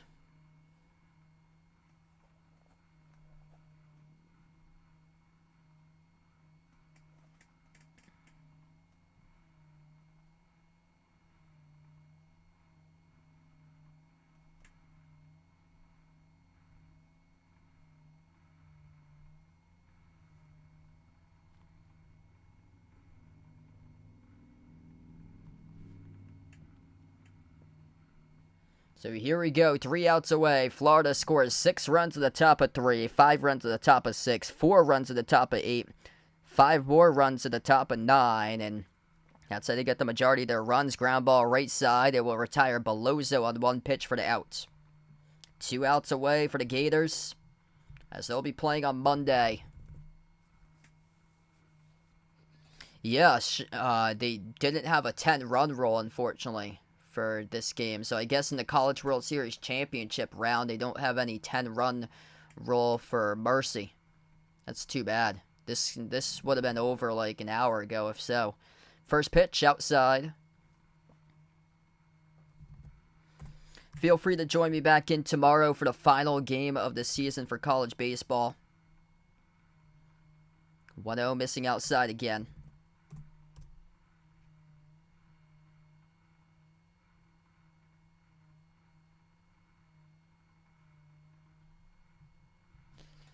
For LSU, this is Jared Jones now up the catcher. First time hitting today in the game. 2-0 pitch. Jones puts it back foul.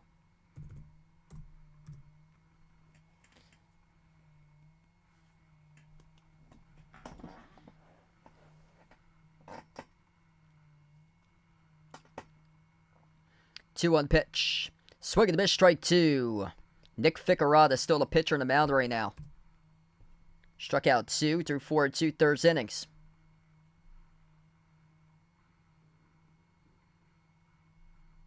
Here's the 2-2 pitch. Ground ball right side of the infield. Rolled over to Curlin. Throws the first, records to put out. 1 out away for Florida. Forcing a game 3 to decide who wins the championship tomorrow.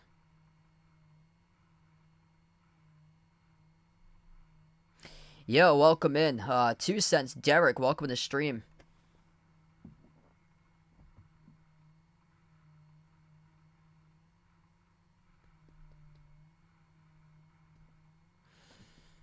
Yeah, hopefully a much closer game tomorrow.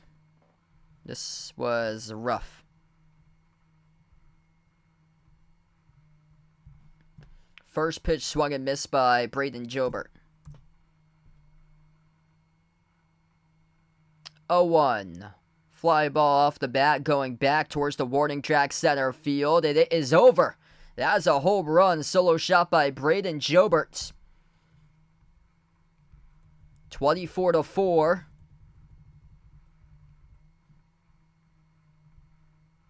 Maybe that'll give LSU some momentum as a building block for tomorrow. 421 feet to dead center for Braden Jobert for the Tigers.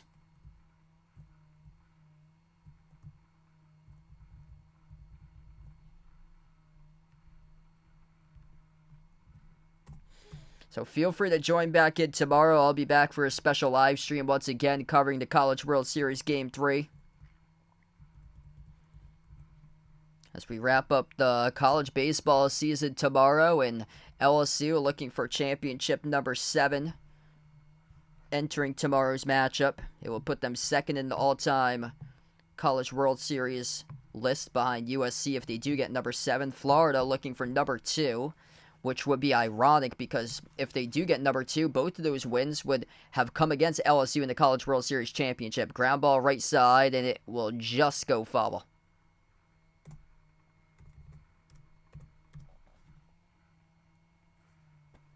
Yeah, you got a lot to look forward to for San Antonio this year with Wemby. Yo, wow, so that's great. So Serge Jabari Rice going undrafted to you guys. Yeah, that's awesome. Yeah, hopefully able to cover some Spurs games in the Summer League.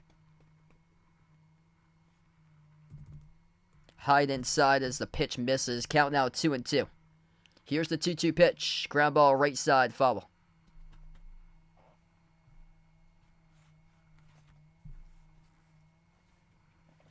After tomorrow night's stream, I'm going to take some time off with my family. We're going away for the 4th of July.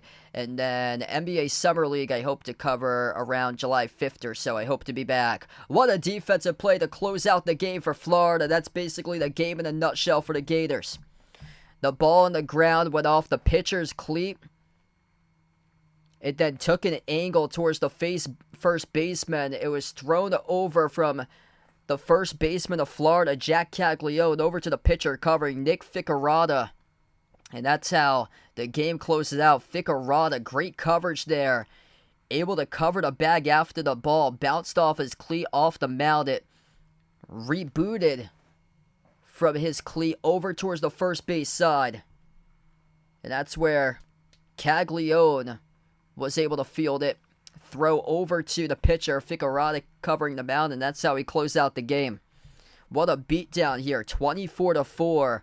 Florida wins over LSU, and I'll be back tomorrow as we will crown a champion for the College World Series for 2023 for collegiate baseball. 23 total hits today by Florida, 7 by LSU. LSU committed 5 errors, and they'll have to have short-term memory as we are back in just over 24 hours from now to crown a champion in the all-SEC battle. And man, just an absolute beatdown in this game, and we'll see what happens tomorrow. Yesterday's game was incredible, and hopefully tomorrow we'll get back to what we had yesterday in a close game, because since the second inning, it was all Gators. Thanks all for joining in, being a part of the stream, everybody, and glad to have you guys on board once again today as we wrap up, and I'll be back tomorrow, just over 24 hours from now. It'll be Florida and LSU for the rubber match, Game 3 to crown the champion, the 2023 College World Series. This game was not close, 24-4 the final. Alright, thanks for joining in. Going to close out to the channel members before I wrap up here. All channel members get a shout out. We got Jason, Rajip, Russell, Oreo Pudding, Bradley, Sister Surround, TMC, Braden, Mario, Bino, Mark, John, Kenneth, Tristan, Jess, Ahino Joseph, Vegas, SG Sports Talk, Derek, Ice Ice Baby, Michael Ward, I Am Goose, Kelly, Asia, Laszlo, Joe, Roderick, Ronaldo, Dee Katie, Barco, Chuck, Siegel, Woo Pig, Ian, Oink Oink, Emmanuel, Robin, and Dave. Thanks all for joining in, being a part of the stream today. This one, not close, 24-4. Florida wins. They'll force a Game 3 to determine the champion tomorrow for the College World Series. Feel free to stop on by. I'll be back tomorrow night around 7 p.m. Eastern Time, 6 Central. Thanks so much, everybody, and enjoy the rest of your Sunday.